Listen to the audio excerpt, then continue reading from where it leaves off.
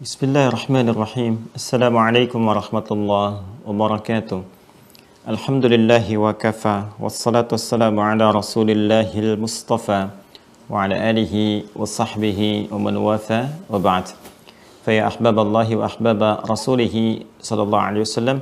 Usi nafsi wa iyyakum bitaqwallahi faqad fazal muttaqun. Fala tamutunna illa wa antum muslimun. Faqala ta'ala Ya ayyuhalladzina amanu taqullaha haqqa tuqatih wa la tamutunna illa wa antum muslimun. Saudara-saudariku, berjumpa kembali di pertemuan subuh kali ini dengan bermohon pada Allah Subhanahu wa taala semoga di kehidupan kali ini kita mendapatkan perlindungan Allah Subhanahu wa taala dan bimbingannya sehingga mampu menjalani titian kehidupan kita dengan baik, mulia dan lebih dari hari-hari sebelumnya yang telah kita lalui. Dan semoga dengan itu menjadi bekal terbaik kita untuk kembali kepada Allah Subhanahu wa taala. Kita juga bermohon pada Allah Subhanahu wa taala semoga hamba-hamba Allah yang masih berkehidupan sampai detik ini namun belum beriman, semoga menguat hidayah dalam jiwanya yang mendorong lisannya untuk bersyahadat sebelum wafat kembali kepada Allah. Pun demikian semoga para pelaku maksiat dan mungkin kita termasuk di dalamnya diberikan sentuhan di dalam jiwa yang kuat untuk bertaubat dan kembali kepada jalan yang benar sehingga bisa memperbaiki kehidupan, menjalani hari-hari yang baik dan wafat dalam keadaan husnul khatimah insyaallah. Semoga Allah memberikan bimbingan kepada kita untuk memahami apa yang kita pelajari dengan baik dan benar sesuai dengan petunjuk dan ridha-Nya juga pedoman Rasulullah sallallahu alaihi wasallam dan memberikan kemudahan kepada kita untuk mengamalkan dalam kehidupan kita apa yang telah kita pahami itu. Kita akan coba lanjutkan, saudara-saudariku, terkhusus di keluarga besar Mira, Ma'had Islam Rafiah Akhyar, dan siapapun yang tergabung dalam kajian kita di subuh kali ini. Saya melihat ada beragam keterlibatan dari teman-teman di seluruh provinsi di Indonesia, insya Allah. Tadi saya lihat ada yang dari Jambi, dari Sumatera, dari beberapa yang lain juga, dan terhubung insya Allah juga dari luar negeri, karena kita melihat di data, ada peserta dari luar negeri juga yang sudah terhubung dengan Mira ya, dari New Zealand, dari Malaysia dan dari beberapa negara-negara yang lain. Diinformasikan bahwa ini sangat terbuka ya, pesantren ini menjangkau seluruh wilayah di dunia ini. Sepanjang Anda memiliki kesempatan dan keinginan kuat untuk bisa bergabung dan belajar sesuai dengan tuntunan yang Allah berikan kepada kita melalui petunjuk Rasulullah SAW. Dan tentunya pembelajaran ini tersusun dengan kurikulum, ya tidak seperti ta'lim-ta'lim biasa yang mengambil tema-tema umum. Ada kurikulumnya, ada sistemnya, ada pendidikan formal yang kita ikuti terkait dengan materi-materi yang disampaikan. Jadi ada sesi pembelajaran yang kita mulai Senin sampai dengan Kamis yang kita bagi dua bagian. Ya khususnya nanti Senin dan Kamis untuk berdialog dan pengayaan. Selasa dan Rabu kita ada pada penguatan materi. Hanya di Senin kemarin kita mencoba meneruskan kembali untuk menyempurnakan bahasan kita. Sehingga bagian pertama pokok iman kita bisa tuntaskan di kesempatan hari ini. Dan esok hari kita akan adakan pengayaan, pendalaman materi dan perluasan wawasan insya Allah. Baiklah langsung saja. Di pertemuan yang lalu ini kita sudah sampai ke materi untuk menampilkan dalil-dalil tentang ketuhanan Allah Subhanahu wa taala sehingga dengan itu kuat dan mantap keyakinan kita untuk menetapkan Allah Subhanahu wa taala sebagai Tuhan, menepikan yang lainnya sekaligus menghadirkan komitmen untuk menyembah Allah Subhanahu wa taala melalui penghambaan yang sempurna kepadanya. Ini setiap kita menulis ya, insya Allah kami tuliskan kemudian kita copy atau kita scan, difoto, di scan, kemudian kita tampilkan di web. Sebelumnya jadi backdrop ini ya untuk mengingatkan, background ini untuk mengingatkan bahwa kita kemarin sudah sampai di sini gitu ya. Jadi nanti kalau teman-teman biasanya kalau visualisasinya tergambar dalam pembelajaran kan masih ada ingatan-ingatan tertentu. Nah, ini nanti akan ditampilkan di web coret-coretan kita sehingga kalau ada yang ingin nyalin kembali, nyimak video dan sebagainya itu mudah untuk mendownload. Yang sudah punya password silahkan masuk ke situ ya. Baiklah. Teman-teman sekalian, saya akan berikan pengantar dulu kepada terusan tema kita kali ini, mengenal Al-Asma'ul Husna sebagai konsekuensi kita dari penyembahan kita kepada Allah Subhanahu wa taala sekaligus juga komitmen kita untuk menuhankan Allah dan menepikan yang lainnya. Setelah kita mengenal kemarin tentang penguatan pokok keimanan kita, dasar iman kita, pondasi kebertuhanan kita, yang menuhankan Allah Subhanahu wa taala saja, dan dikenal pokok-pokok ini dengan rukun iman. Ini yang paling dasar sekali ya, teman-teman sekalian.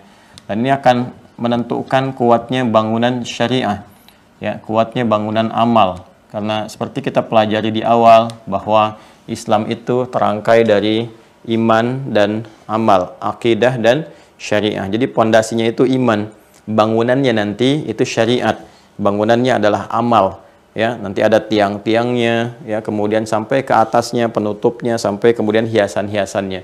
Karena itu ketika pondasinya tidak kuat, maka tiang-tiang bermasalah. Ya, itu sholat itu tiang-tiangnya, itu kan bangunan-bangunannya, penopang di atasnya. Sedangkan bawahnya pondasinya itu iman. Makanya kan Nabi mengatakan as-salatu imaduddin, ya, sholat itu tiang-tiang agama, tiang ad-din. Itu tiangnya. Tapi tiang kan berdiri di atas pondasi. Pondasinya itu iman. Ya, karena itu kalimat sholat itu berada setelah iman. Alladzina yu'minuna bil ghaib wa yuqimunas shalah. Sholat itu mampu didirikan dengan benar kalau pondasi imannya itu kuat. Kalau pondasi imannya itu lemah, maka akan berpengaruh kepada tiangnya nggak kokoh. Itu yang membuat seseorang kadang-kadang malas, menunaikan sholat jadi terlambat, dengar adzan masih menawar, baru adzan belum qomat dan sebagainya. Problemnya di sini. Ya. Problemnya di sini. Karena itu penting bagi kita mengadakan penguatan-penguatan di pokok ini. Nah, penguatan kepada aspek iman ini, pondasinya, pokoknya, rukunnya, itu ada 6 aspek. Ya, seperti pernah juga kita sampaikan, kita tuliskan kembali untuk mengingatkan, ya kan? Yang pertama adalah hal yang terkait dengan Allah Subhanahu wa taala. Saya sebut hal yang terkait dengan Allah, bukan sebatas kita mengenalnya, tapi juga kita harus mengetahui cara-cara berinteraksi dalam penyembahan kita kepada Allah Subhanahu wa taala. Mengenal tentang kedahsyatannya, tanda-tanda yang mendekatkan kita dengan Allah Subhanahu wa taala, baik pada diri kita ataupun pada alam semesta atau di lingkungan sekitaran kita, kan? Sehingga setiap aktivitas kita semakin mendekatkan dan meyakinkan kita kepada Allah dan ketuhanan Allah Subhanahu wa taala. Kemudian juga yang terkait dengan malaikat, saya menuliskan lafaz Allah Subhanahu wa taala, ya, dengan bahasa Arab, dengan bahasa Al-Qur'an, ya, dengan yang awalnya, sehingga nanti tidak ada kita bisa istilahkan penyimpangan-penyimpangan dalam bacaan gitu kan, atau tereduksi maknanya. Kadang-kadang kan ada yang dituliskan dalam Latin itu seperti serupa, gitu kan? Nah, tapi dibacanya ada yang berbeda ya. Kalau di bahasa Latin kan kita tuliskan ke bahasa Indonesia ditulis dengan Allah gitu kan. Nah, seperti ini. Nah, gitu kan? Nah, kita kan membacanya seperti ini. Ya, sehingga orang Sunda juga menuliskannya dengan O gitu, Allah, gitu kan? Ada yang kurang L-nya satu jadi Allah gitu, kuma Allah we gitu kan. Tidak, ini ada tasdid di sininya Allah, gitu kan? Nah, jadi kita tuliskan begini supaya nggak salah dibaca, karena ada beberapa keyakinan lain yang kadang menyebut nama Tuhannya nggak konsisten. Ini bermasalah juga. Ya, di Inggris jadi God, ke Indonesia jadi beda lagi gitu kan. Kadang-kadang juga di Indonesia jadi beda-beda, di setiap provinsi namanya bisa berbeda. Kita tidak. Ini menunjukkan Tuhan yang sejati gitu kan. Namanya dimanapun disebut tetap Allah. Di Arab Allah, gitu kan? Di Eropa Allah, di Amerika Allah, di Indonesia Allah, di Asia Allah, di dunia Allah, di langit, di bumi pun Allah. Walillahi ma fis samawati wa ma fil ardi. Allahu nurus samawati wal ard. Jadi konsisten gitu ya. Karena itu saya lebih cenderung untuk menghadirkan tulisannya seperti ini ya. Nah, kalau malaikat ya ini standar lah, mau ditulis dengan bahasa kita juga malaikat ya seperti ini. Kalau mau diterjemahkan juga dengan terjemah ya bisa ya, dengan bahasa Inggris misalnya angel itu kan terjemahan kan, tapi kan Allah nggak bisa diterjemahkan ya. Nah, kemudian di sini kita turunkan kitab-kitab sebagai pedoman. Nah, kemudian yang keempat para rasul. Nah, yang kelima tentang hari kiamat, yaumul akhir. Ya. Atau kita katakan hari akhir. Karena bukan hanya kiamat saja yang terjadi, tapi segala hal yang terkait dengan kehidupan akhir kita. Kemudian hukum yang mengatur tata kelola kehidupan, qada dan qadar. Ini ya. Nah, dari 6 pokok ini yang akan menyulam, mengokohkan dan menguatkan pondasi amal kita. Ini yang disebut dengan pondasi iman, ya. Namanya pondasi iman, akidah. Nah, ini simpulnya ada 6. Ya, yang kita bahas di kitab Al-Aqaidah Al-Islamiyah itu kan, ya, mafhumul iman awil aqidah yantazimu sittata umurin. Masih ingat di halaman ke-8 yang sudah saya bagikan kan? Ya kan? Pemahaman, pengertian, penguatan tentang iman dan akidah itu menuntut kita untuk merangkai 6 hal, 6 pokok. Ini simpul iman tuh ini simpulnya. Jadi kita harus ikat simpul itu menguat dalam diri kita. Kalau ini sudah kuat, maka dorongan pondasi ini akan menjadikan pijakan-pijakan amalan itu menjadi kokoh. Makanya tubuh kita kokoh untuk beramal karena pondasi imannya kuat dalam jiwa kita. Tangan ini kokoh untuk beramal saleh, ya, lisan kokoh untuk beramal saleh. Kemudian sampai dari ujung kepala sampai ujung kaki, semua kokoh. Ini bangunan amalnya. Karena itu sholat kita kerjakan kan dengan seluruh tubuh kita tuh. Ya, kalau kokoh iman dalam jiwa kita, maka pancarannya, cahayanya, nuruhum yas'a baina aydihim wa bi aymanihim itu kuat menggerakkan diri kita untuk beramal saleh, untuk bersyariat, ya. Ini simpulnya. Nah, penguatan kita di pertemuan yang kemarin, yang terakhir sampai yang terakhir kemarin, ini masih di aspek yang pertama ini. Ya, kita sudah selesaikan bagian ini tentang pembahasan al-ma'rifah billah. Ya, ini sering disingkat dengan ma'rifatullah. Al-ma'rifah billah. Jadi kalau sudah tahu, sudah kenal, sudah mengetahui kemarin dalil yang kemarin sudah kuat, sudah paham, maka baknya hilang nanti. Ya, alif lamnya hilang menjadi idhafah ma'rifatullah.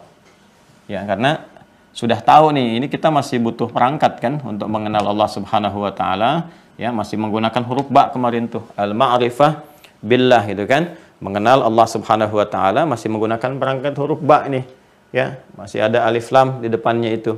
Bab pembahasan untuk mengenal kepada Allah Subhanahu wa taala. Ba-nya kan banyak tuh fungsinya ya. Untuk menghadirkan kedekatan, musahabah, kerekatan, al-ilsaq gitu kan, dengan tujuan, sebab akibat, sebabiyah dan seterusnya. Nah, ini semua pembelajaran itu menunjukkan kita untuk bisa mendekatkan diri kepada Allah Subhanahu wa taala. Sehingga hubungan penghambaan kita kepada Allah begitu rekat. Dengan rekat itulah muncul pemberian-pemberian Allah yang sangat cepat, pengawasan, perlindungan, dan segala hal yang terkait dengan kebutuhan hamba. Kalau sudah dekat, sudah lekat, maka menjadi idhafah ma'rifatullah, mudhaf ilaih. Ya kan? Jadi artinya apa? Perantara ilmu ini sudah melekat dalam jiwa kita sehingga secara otomatis kita itu terdorong untuk mendekat kepada Allah Subhanahu wa taala. Ya, lisannya mudah beristighfar, refleks kita menyebut nama Allah dalam setiap kegiatan, ya, dan sebagainya. Nah, ini kalau kita dengar istilah ma'rifatullah artinya ini sudah sampai kepada tahap pengenalan kepada Allah melalui tahap-tahap pembelajaran. Ya, ini sudah normal ya, sudah biasa kan. Baik, ini standar dalam logika juga. Orang-orang yang akan beraktivitas kan pertama belajar dulu. Ya, setelah tahu ilmunya kan automatically dia melakukan apa saja gitu kan, sesuai dengan dasar pengetahuan yang sudah ada pada dirinya. Nah, secara singkat sebelum kita masuk ke tahap berikutnya teman-teman sekalian, kita sudah belajar tentang bagaimana menetapkan Allah sebagai Tuhan yang hak. Kemudian mengambil ini supaya kita terukur ya. Nah, kita sudah bahas di sini adalah tentang penetapan Allah, ya kan? Sebagai ya Tuhan yang hak, Kalau hak itu artinya kebenaran mutlak ya, kebenaran absolut yang nggak bisa ditawar gitu ya. Jadi di bahasa Arab itu ada sidqun ma yahtamilu sidqa wal kadhiba, sesuatu yang mungkin masih beda cara pandang untuk menetapkan kebenaran itu.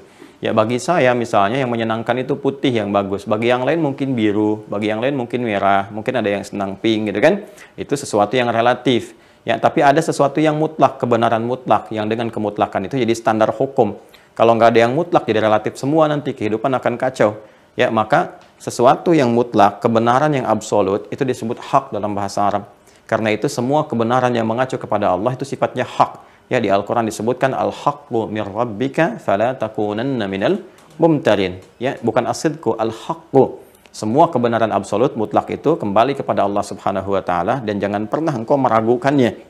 Karena itulah kalau kita ingin kenal bagaimana semua kebenaran yang mutlak itu untuk menjadi pedoman kehidupan kita, berbicara yang benar berdasarkan hukum yang mutlak, mendengar yang benar berdasarkan hukum yang mutlak, melihat yang benar berdasarkan hukum yang mutlak, sehingga tidak bergeser dari kebenaran, ya, benar-benar betul, ya, benar-benar berada di jalur yang soleh, yang baik, yang hak, gitu kan. Maka Allah turunkanlah kemudian wahyu ayat lewat firman-Nya terkumpul dalam Al-Quran. Siapa yang menjelaskan Al-Quran itu Rasulullah SAW. Makanya misi Rasulullah itu membawa kebenaran mutlak, menyampaikan kepada kita kebenaran yang absolut, dan beliau merasakan bahwa apa yang dibawanya itu benar, harus merasa benar. Karena itulah beliau mendakwahi orang lain. Kalau beliau tidak yakin dengan kebenaran, mustahil ngajak orang ya untuk bisa masuk dalam nilai-nilai kebenaran yang mutlak. Mustahil ngirim surat ke Kaisar Heraklius misalnya utusan, kemudian ke Kaisar Persia dikirimkan juga. Ya, ini menandakan bahwa ada rasa benar terhadap risalah yang dibawa dan bersumber dari kebenaran yang mutlak. Itu hak namanya. Ya. Jadi bagaimana cara kita menetapkan Allah sebagai Tuhan yang hak? Ya, maka diterangkan oleh Allah begini standarnya. Kita telah belajar untuk menetapkan bahwa ini adalah Tuhan yang benar, maka kita telah belajar juga standar ya atau parameter ketuhanan. Ya, bahasanya nanti di ilahiyat ya atau terkait dengan aspek teologi. Sudah kita pelajari kan dari aspek teologinya apa saja, ya ukuran-ukurannya dihafalkan ya yang kemarin itu, karena nanti saat kita ditanya berargumentasi ya kita punya jawaban yang kuat minimal untuk meyakinkan pada diri kita sendiri. Ya, yang disebut Tuhan itu standarnya apa dulu, ya kan? Maka misalnya laisa kamitslihi syai' mukhalafatul hawadits sudah kita pelajari, Tuhan mesti berbeda dengan makhluk gitu kan. Tuhan tidak boleh ada sifat-sifat makhluk yang melekat kepada dirinya. Baru kita turunkan dari namanya, kan, dari sifatnya, dari keadaannya dan sebagainya sampai kita bisa menjelaskan turunan surat Al-Ikhlas itu. Sampai akhirnya kita bisa menetapkan bahwa Allah Subhanahu wa taala adalah Tuhan yang sesungguhnya, Tuhan yang hak. Nah, yang ketiga kita sudah pelajari juga dalil-dalilnya. Ya. Nah, dalil-dalilnya. Jadi, kalau untuk orang beriman, untuk menetapkan keimanannya, memantapkan, dia tinggal perlukan dalil. Ya, karena iman itu akan menuntun, cahaya iman itu akan menuntun dalil itu ya menguat pada dirinya seperti makanannya, nutrisinya. Jadi begitu kita sampaikan dalil berupa ayat-ayat Quran atau hadis-hadis itu akan menyentuh iman, diserap langsung oleh iman sehingga terjadilah kemudian penyerapan, penguatan pada iman kayak nutrisi iman tuh dalil tuh ya. Makanya kalau kita misalnya sholat tahu dalilnya kan semakin semangat kan, ya kan? Walaupun kalangan awam itu ya tidak mutlak harus mengetahui dalil, para ulama yang menyampaikannya. Ya, tapi penguatan-penguatan itu teman-teman sekalian menjadikan keimanan kita lebih kokoh, lebih kuat. Nah, itu dalil-dalil itu bisa jadi alasan untuk beribadah, bisa jadi juga nutrisi bagi iman. Ya, misalnya kan Al-Quran itu penuh dengan dalil sumber hukum. Ketika Anda berinteraksi dengan Al-Quran, bukankah menguatkan iman kan? Ya, memberikan nutrisi pada iman. Anda misalnya wudhu, kemudian buka mushaf, baca Quran, semakin menguat kan? Ada getarannya semakin kencang kan? Nah, itu teman-teman sekalian. Nah, ini berpengaruh. Jadi dalil itu punya dua fungsi ya kalau kita ambil di Al-Quran atau hadis. Jadi nutrisi bagi iman sekaligus penguatan kita untuk bisa menunaikan ibadah dengan sempurna. Jelas ya? Nah, karena itu seringkali di ulama itu dibahas tentang dalil. Kalau awam itu nggak usah tanya dalil kalau dia punya rujukan ulama yang benar. Ya kan? Kenapa? Karena awam pun kalau diberikan belum tentu bisa mencari. Kalaupun disampaikan belum tentu bisa baca. Ya, ada orang yang menuntut saya waktu ngajar, Ustadz, mana dalilnya? Ustadz ngajar nggak pakai kitab. Begitu saya datangkan, ya saya emang nggak ngajar pakai kitab. Saya ngajarnya pakai kutub. Kutub itu jamak dari kitab. Saya datangkan satu meja tuh 3 tumbukan begini. Silahkan suruh baca. Baca aja nggak mampu gitu. Ya, jadi persoalan. Maka kita sampaikanlah kemudian apa yang kami sampaikan sumbernya dari sini. Kita rangkumkan supaya mudah. Kita terangkan dengan bahasa yang mudah dipahami. Kalau ingin dirujuk, menguatkan, maka ini kelasnya seperti ini. Itu ada gambaran ya.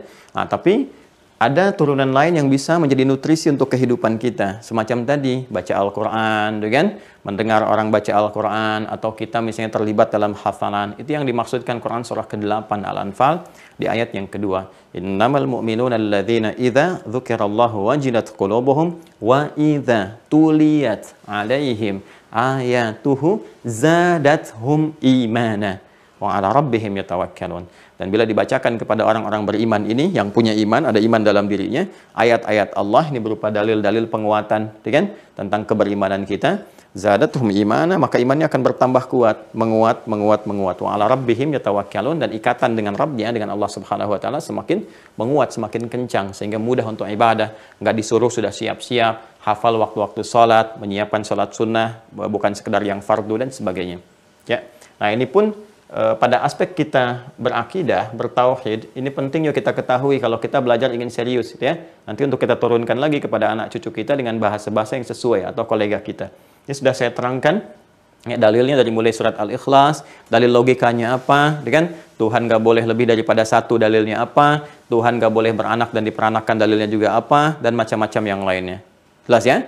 Jadi teman-teman sekalian, tolong dipahami dengan baik urutan ini, sehingga argumentasinya kuat minimal untuk diri pribadi. Dan kalau di soal kita bisa mempertahankan. Jelas ya? Nah, di bahasa gampangnya kalau sudah ada orang-orang yang menyoal, nggak jelas atau bagaimanapun, nah, kita bisa ambil lagi dengan bahasa-bahasa yang ringan. Ya, apa bahasa yang ringan ini? Ini kan Al-Quran sudah lama turun. Jadi kan, untuk menjaga kehidupan kita sampai kehidupan berakhir, 15 abad yang lalu.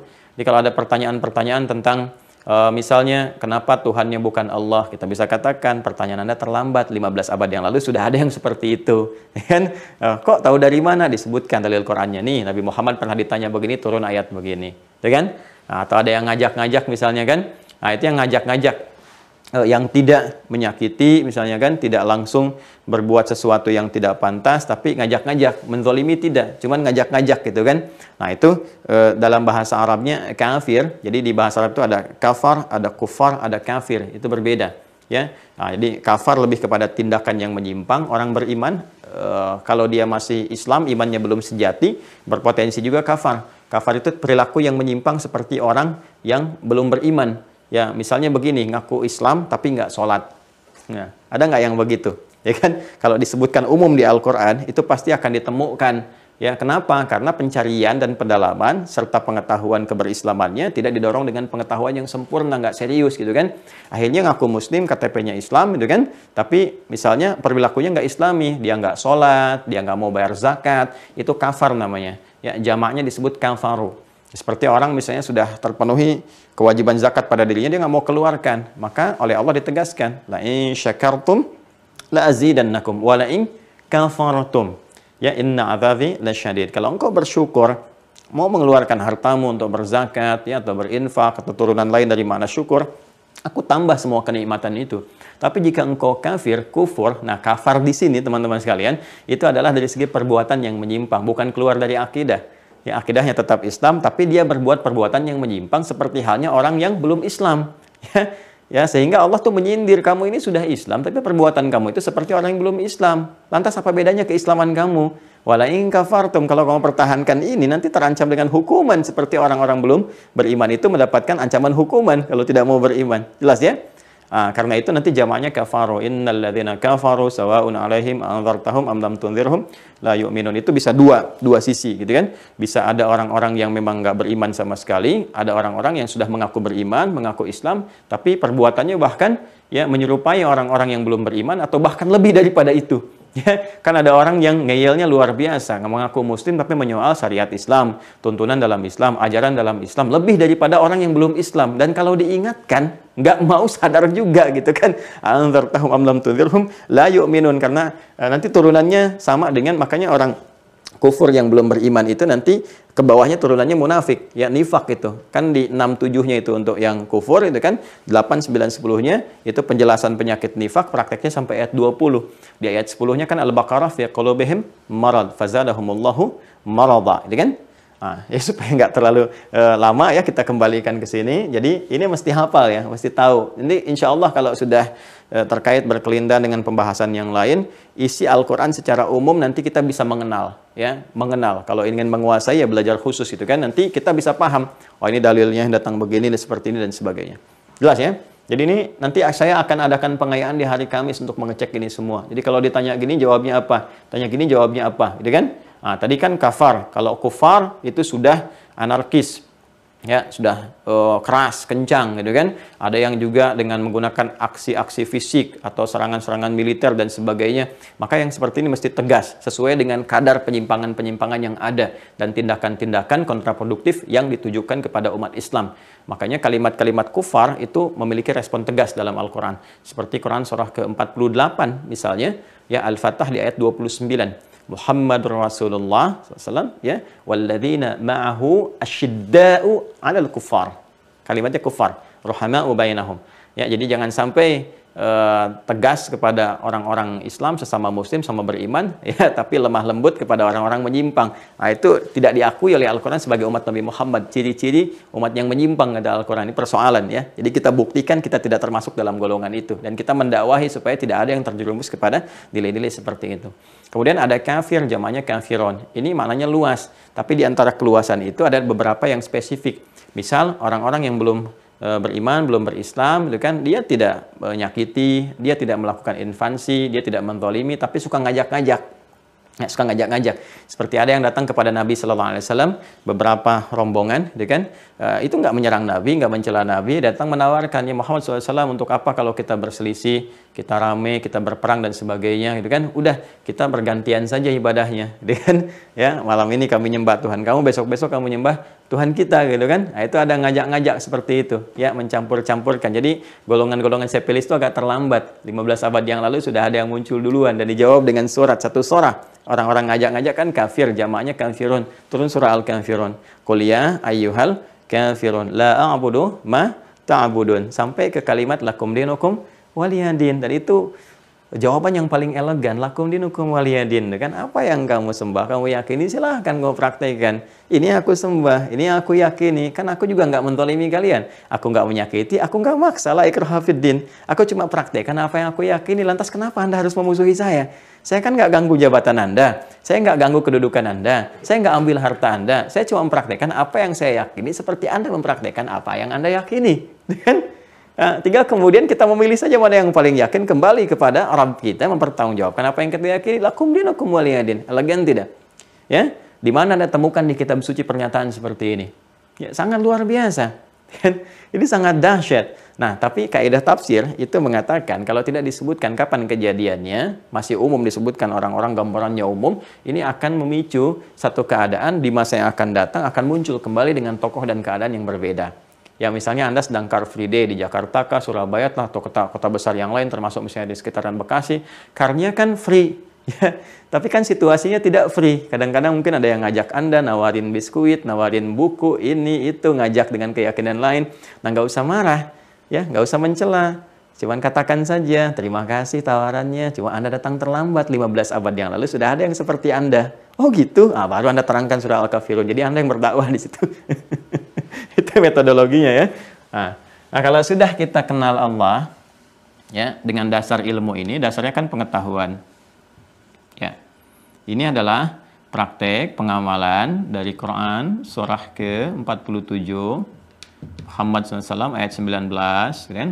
Dengan Quran surah ketiga di ayat 18. Saya dahulukan Quran surah 47 ini, ya, ayat 19, Quran surah Muhammad SAW ayat 19, karena ini berupa perintahnya. Hasilnya nanti di Ali Imran ayat 18. Fa'lam, maka mesti punya ilmu, maka ketahuilah, kan di terjemahan kita kan ketahuilah. Tapi kalau kita baca dengan ilmu saraf, ini kalimat perintah untuk mendapatkan ilmu, pengetahuan. Alima ya'lamu ilman fahuwa alimun wa dzaka ma'lumun. I'lam, ya, la ta'lam, i'lam. Ya, kalau kita ingin percepat dengan menggunakan huruf konjungsi, huruf sambung pakai fa. Harfu atfin rabitin baina syai'aini bila hudud. Ya, huruf penyambung konjungsi yang menetapkan sesuatu, menghubungkan dua hal dengan cepat tanpa jeda. Ya, penetapan pertama adalah untuk menetapkan la ilaha illallah, nggak ada Tuhan selain Allah yang layak dipertuhankan, disembah. Ya, dan untuk mendapatkan itu harus ada pengetahuan. Antara pengetahuan dan penuhankan Allah, menetapkan Allah sebagai Tuhan, itu keduanya harus bersambung dengan cepat, nggak ada jeda. Maka kata Allah, fa'lam, ya annahu la ilaha illallah. Maka kamu mesti punya ilmu, maka cepat belajar, cepat ketahui supaya iman kamu kuat, tuh kan? Jangan sampai digoda dengan kalimat, ikatannya putus, gitu kan? Nah, jangan sampai digoda dengan harta benda, ikatannya melemah. Jangan sampai digoda dengan kedudukan, jadi seakan-akan nggak punya pondasi iman. Nah, ini yang jadi persoalan.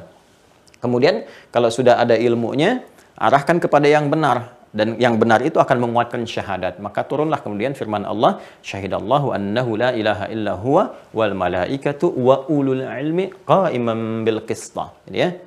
Jelas ya? Ini urutannya. Ini kalau kita sudah punya ilmu, syahadat kita kuat. Kita akan menyaksikan keesaan Allah, kebenaran Allah, apapun profesi kita. Passion Anda apapun, mau Anda misalnya wira swasta kah, di birokrasi kah, diplomasi kah, ilmuwan kah, begawan di bidang apakah, di ekonomi kah, macam-macam. Jadi semua yang Anda saksikan itu, semua akan dibimbing oleh cahaya iman untuk mendekatkan diri kepada Allah Subhanahu wa Ta'ala.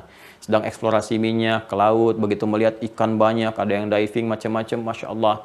Ya, kalimat yang keluar itu pasti kalau ada cahaya iman akan dibimbing untuk merasakan bagaimana keagungan ciptaan Allah ini. Kok bisa semakin dalam menyelam, semakin dalam kok menemukan kehidupan lebih berwarna, lebih indah lagi, itu baru di lautan tandanya. Yang ke antariksa bukan sekedar wisata, ya. menghadirkan fasilitas misalnya yang dibuat oleh Elon Musk sekarang misalnya, atau Jeff Bezos mau ikutan dan sebagainya, sampai bikin wisata ke bulan, ke antariksa. Itu kalau cuma kita cuma berjalan, cahaya imannya kosong, lemah, ya hanya menikmati begitu aja, mubazir, buang-buang harta dan sebagainya. Tapi kalau ada cahaya iman, itu baru naik aja ke atas, begitu lihat, Masya Allah, itu kan. Ya kita main-main ke tempat yang bisa melihat benda-benda langit saja, mau ke Bosca atau ke planetarium kan luar biasa gitu, apalagi langsung ke atasnya kan. Ya bagaimana merasakannya, itu cahaya iman akan membimbing kita untuk mengatakan subhanaka ma khalaqta hadza batila la ilaha illallah, terus Masya Allah gitu kan. Dan sebagainya. Nanti kita akan masuk ke sisi itu, yaitu ulul ilmi qa'iman bil qist. Nanti turunannya ada ulil nuha, ulul albab dan sebagainya, ya. Baik. Nah, sekarang setelah kita mantap nih menuhankan Allah dengan semua dalil ini, terus kita bandingkan dengan yang lain, mengkomparasikan, itu nggak harus masuk kepada keyakinan lain, itu salah. Jadi kalau ada yang menyuruh Anda untuk keluar dari keyakinan Anda dulu, boleh-boleh aja kok untuk meneliti, hati-hati itu jebakan itu lebih daripada Batman. Batman aja menjebak nggak ke masalah akidah, itu kan, itu bahaya itu ya, itu jebakan yang sangat serius. Itu ada di Quran surah ke-2 Al-Baqarah ayat 204, ya. Perhatikan baik-baik, Quran surah kedua Al-Baqarah ayat 204. Di mushaf standar paling kiri, agak ke atas sedikit, ya. 203, 204. Wa minan nasi may yu'jibuka qawluhu fil hayatid dunya wa yushhidullaha ala ma fi qalbihi wa huwa aladdul khisam. Hati-hati ya. Dan Anda akan dapat di antara sekian manusia itu ada yang kalau bicara kata-katanya itu begitu menarik. Retorikanya cantik, ya. Kalimat-kalimatnya itu logikanya seakan-akan benar gitu. Padahal epistemologi ilmunya itu lemah, rapuh sekali. Bahkan nggak ada sandaran. Kadang-kadang untuk menguatkan, dia sertakan di situ nama Allah. Ayat-ayat Allah. Dipotong Quran seenaknya aja tuh. Ya, semau dirinya gitu. Ambil hadis-hadis, bahkan yang palsu pun diambil juga. Yang bermasalah nggak dianggap hujah pun dibawa juga. Jadi kan, yang nggak ada sumbernya pun itu dibawa juga. Untuk menunjukkan seakan-akan ini kuat. Ya. Dan bahayanya, kekinian itu kemudian disokong dengan sokongan-sokongan gelar. Walaupun gelar-gelar ini sebetulnya bukan gelar-gelar dari nilai-nilai keislaman, ya, dari referensi-referensi ilmu Islam. Kok bisa gitu, sekolahnya di barat, sekolahnya macam-macam bukan jurusan keislaman, sekolahnya cuma filsafat, perbandingan ini, perbandingan itu, yang bahkan mohon maaf untuk mendalami Quran aja gitu kan, sangat terbatas kemampuannya, ya, tidak paham ini dan itu bisa mengambil ayat-ayat tertentu karena ada gelarnya. Apakah itu doktor kah, profesor kah, macam-macam kah, seakan-akan orang-orang awam itu melihat nih punya otoritas nih gitu kan. Padahal otoritasnya di bidang apa gitu, bukan di bidang yang dia bicarakan. Ya, jurusannya komunikasi, komentarnya ke syariat, komentarnya tentang ke fikih, kan nggak nyambung gitu ya. Nah, kalau mendalami ya mungkin saja, tapi kalau nggak ngerti, bagaimana bisa masuk ke dalamnya gitu kan. Jurusannya filsafat, masuk ke komentar fikih, komentar-komentar ke persoalan-persoalan terapan keislaman, nggak pernah belajar itu, jadi konslet jadi persoalan gitu kan. Ya orang-orang dulu sih belajar semua tuh. Ya, dari Qurannya, dari hadisnya, kemudian dia masuk ke astronomi kah, matematika kah, kedokteran kah. Itu pengarang kitab Bidayatul Mujtahid, komparasi fikih perbandingan, itu kan Ibnu Rusdi. Ibnu Rusdi itu kan ya bukan hanya dikenal sebagai ahli fikih, ya, tapi juga dokter bedah, beliau juga pemikir gitu kan, ya, ahli Quran, ahli hadis juga, itu luar biasa. Ya, nah itu turunan-turunannya teman-teman sekalian. Jadi kembali ke sini, ya, penguatan itu penting. Setelah kita mendapatkan itu semua untuk menetapkan Allah Subhanahu wa taala sebagai Tuhan, kita kembalikan. Nah, sekarang tinggal bagaimana prakteknya untuk berinteraksi dalam membuktikan penyembahan kita, ya, ataupun komitmen keimanan kita. Karena ketika kita menetapkan annahu la ilaha illallah, ya, la ilaha illallah. Nah, ini ya. Nah, perhatikan baik-baik. Nanti kalau sudah kita paham ini Allah, maka semua makna ini akan tercakup. Ya. Fa'budni, ini komitmennya. Fa'budni kata Allah. Ya. Ingat ya, ini nanti ada konsepsi ini di Quran surah ke 20 Taha ayat ke-14. Innani anallahu la ilaha illa ana. Kan? Sungguh akulah Allah, tidak ada Tuhan selain aku. Kita keluarkan dengan kalimat la ilaha illallah. Asyhadu an la ilaha illallah. Allahu la ilaha illahu. Gitu kan? Nah, kemudian teruskan lagi ke sini, fa'budni. Maka komitmen ketika la ilaha illallah itu adalah menyembah Allah Subhanahu wa taala. Pakai fa lagi. Kemudian fi'il amr dan sifatnya personal, bukan fa'buduni tapi fa'budni untuk menunjuk kepada setiap personal kita. Ya, jadi syahadat itu personal, bukan fardu kifayah, dah fardu ain lagi. Jadi nggak bisa satu bersyahadat mewakili yang lain kalau sholat jenazah, nggak bisa. Kan? Ini fardu ain semua kita. Ya, punya komitmen dengan Allah seperti diambil saat usia 4 bulan dalam Quran surah ke-7 ayat 172 seperti yang pernah saya uraikan. Nah, ketika hadir nama Allah ini, Allah, siapa Tuhan kamu? Allah. Yakin? Yakin. Dalilnya apa? Begini, begini, begini, begini. Argumentasinya apa? Begini, begini, begini, begini. Maka nama Allah ini bukan sekedar nama, tapi mengandung dua makna utama. Nih, yang tercakup dalam nama ini. Pertama, ini.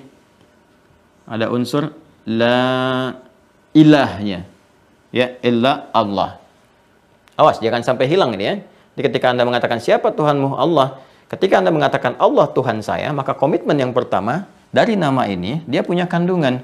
Kandungannya apa? Harus menafikan segala yang dipertuhankan. Ini jelas sekali, ini konsepsi ini Anda hanya temukan dalam Islam. Ya, jelas sekali dari semua aspek, nggak ada yang rumit, ya, nggak ada yang ambigu, semua jelas. Ya, dan ini harus pede, aspek keimanan harus begini. Ya, aspek keimanan itu kan persoalan hati. Hati itu kalau sudah mantap kan harus kokoh di satu. Ya, nggak bisa ke yang lain gitu. Ya, harus kokoh. Ya, ini sudah mau di kalangan makhluk juga diambil skala kecil kan gampang. Ya, Anda kalau sudah mantap kepada satu pilihan untuk menikah dengannya, gitu kan di satu titik itu, gitu kan? Ya, kalau ada percabangan kan jadi bermasalah, gitu kan? Ya, kalau di makhluk-makhluk ada sesuatu yang tidak konsisten jadi bermasalah. Pasti di awal langkah itu satu titik dulu gitu kan? Di awal langkah itu. Nah, demikian teman-teman, laisa kamitslihi syai', tingkat tertingginya itu kepada Allah. Ya, tingkat tertinggi kepada siapa? Pada Allah Subhanahu wa taala. Satu titik. Jadi ketika Anda mengatakan Allah, ya, ada makna yang terkandung dalam lafaz ini. Pertama, la ilaha illa Allah. La ilaha, Anda harus menafikan segala yang dipertuhankan yang lain. Jadi nggak boleh ada kalau sudah mengatakan Tuhan kamu siapa? Allah. Ketika mengatakan Allah, dia sudah menafikan yang lain. Ya, nggak boleh menganggap ada Tuhan selain Allah, itu bahaya. Itu bahaya. Nah, hati-hati ketika ada misalnya anggapan-anggapan pikiran ada Tuhan lain selain Allah, maka di sini ada persoalan dalam syahadatnya. Dalam kebertuhanannya. Jadi komitmen, ya, komitmen untuk menuhankan Allahnya di situ mulai ada persoalan. Ya. Awas hati-hati karena casingnya ini beragam. Tapi esensinya masih ke situ juga, digiringnya ke situ. Ya, untuk mengikis nih, ada pendangkalan, ada semacam reduksi gitu kan, dari nilai-nilai syahadat. Jadi ketika Allah disebutkan mengandung makna ini. Kalau ada orang-orang yang berusaha membawa ya ke makna-makna ke arah sini, teman-teman sekalian, hati-hati nih. Ya, yang bertentangan dengan la ilaha, gitu kan, illallah, ya, unsur yang pertama, maka ini adalah pendangkalan dari syahadat. Reduksi dari nilai-nilai syahadat kita, melemahkan nilai-nilai itu. Kalau akidah sudah lama berbahaya karena ini pondasi. Ya. Misal, kalau dulu itu datang, ya, ini loh Tuhan-Tuhan ini begini, ada begini, ada begini. Kalau sekarang kan kalimatnya beda-beda. Semua agama sama, menuju pada Tuhan yang sama, cuman caranya beda-beda. Pernah dengar nggak kalimat-kalimat itu? Hati-hati. Ya, jangan merasa benar karena yang lain pun punya boleh tentu ada, boleh jadi ada nilai kebenarannya. Itu kalimatnya halus tuh, tapi tajam sekali. Hati-hati. Ya, hati-hati, hati-hati. Jadi hati-hati. Kembali ke Al-Baqarah ayat 204 tadi. Wa minan nasi may yu'jibuka qawluhu fil hayatid dunya wa yashhadullaha 'ala ma fi qalbihi wa huwa aladul khisam. Kata Allah kadang-kadang potong ayat kan, seperti orang pintar, seperti punya otoritas, tapi sangat bahaya. Itu musuh yang paling bahaya kata Allah itu. Ya. Musuh yang paling berbahaya karena langsung nampak, lebih bahaya daripada setan. Ya, setan tuh nggak nampak, setan tuh nggak maksa, cuma membisiki. Ya, kalimatnya kan was-was, memberikan bisikan yang halus. Makanya dia pidato. Nanti kita akan masuk kepada fikih setan tuh saat bahas malaikat lawannya setan. Ya, nanti kita akan masuk ke situ. Belum pernah belajar kan fikih setan? Setan tuh nanti pidato di hari kiamat itu berlepas diri tuh ya dari semua orang yang mengikuti dia. Ya, ketika orang protes, ya Allah gara-gara makhluk ini nih aku celaka. Kata setan, Aku nggak pernah maksa. Kenapa kamu yang ikut? Aku kan nggak maksa. Ya? Aku kan cuma ngajak. Salah kamu kenapa ikut? Kan nggak maksa. Mau jawab apa, Joni? Itu nggak mudah itu. Ya, dalam situasi seperti itu. Ya, setan itu nggak maksa, iblis nggak maksa, tapi dosa tetap. Gitu. Karena itu biangnya. Ya, manusia sekarang ada yang lebih daripada setan. Sudah salah, maksa. Makanya sekarang lebih berbahaya, ya, lebih berbahaya setan kemanusiaan dibanding manusia yang kesetanan.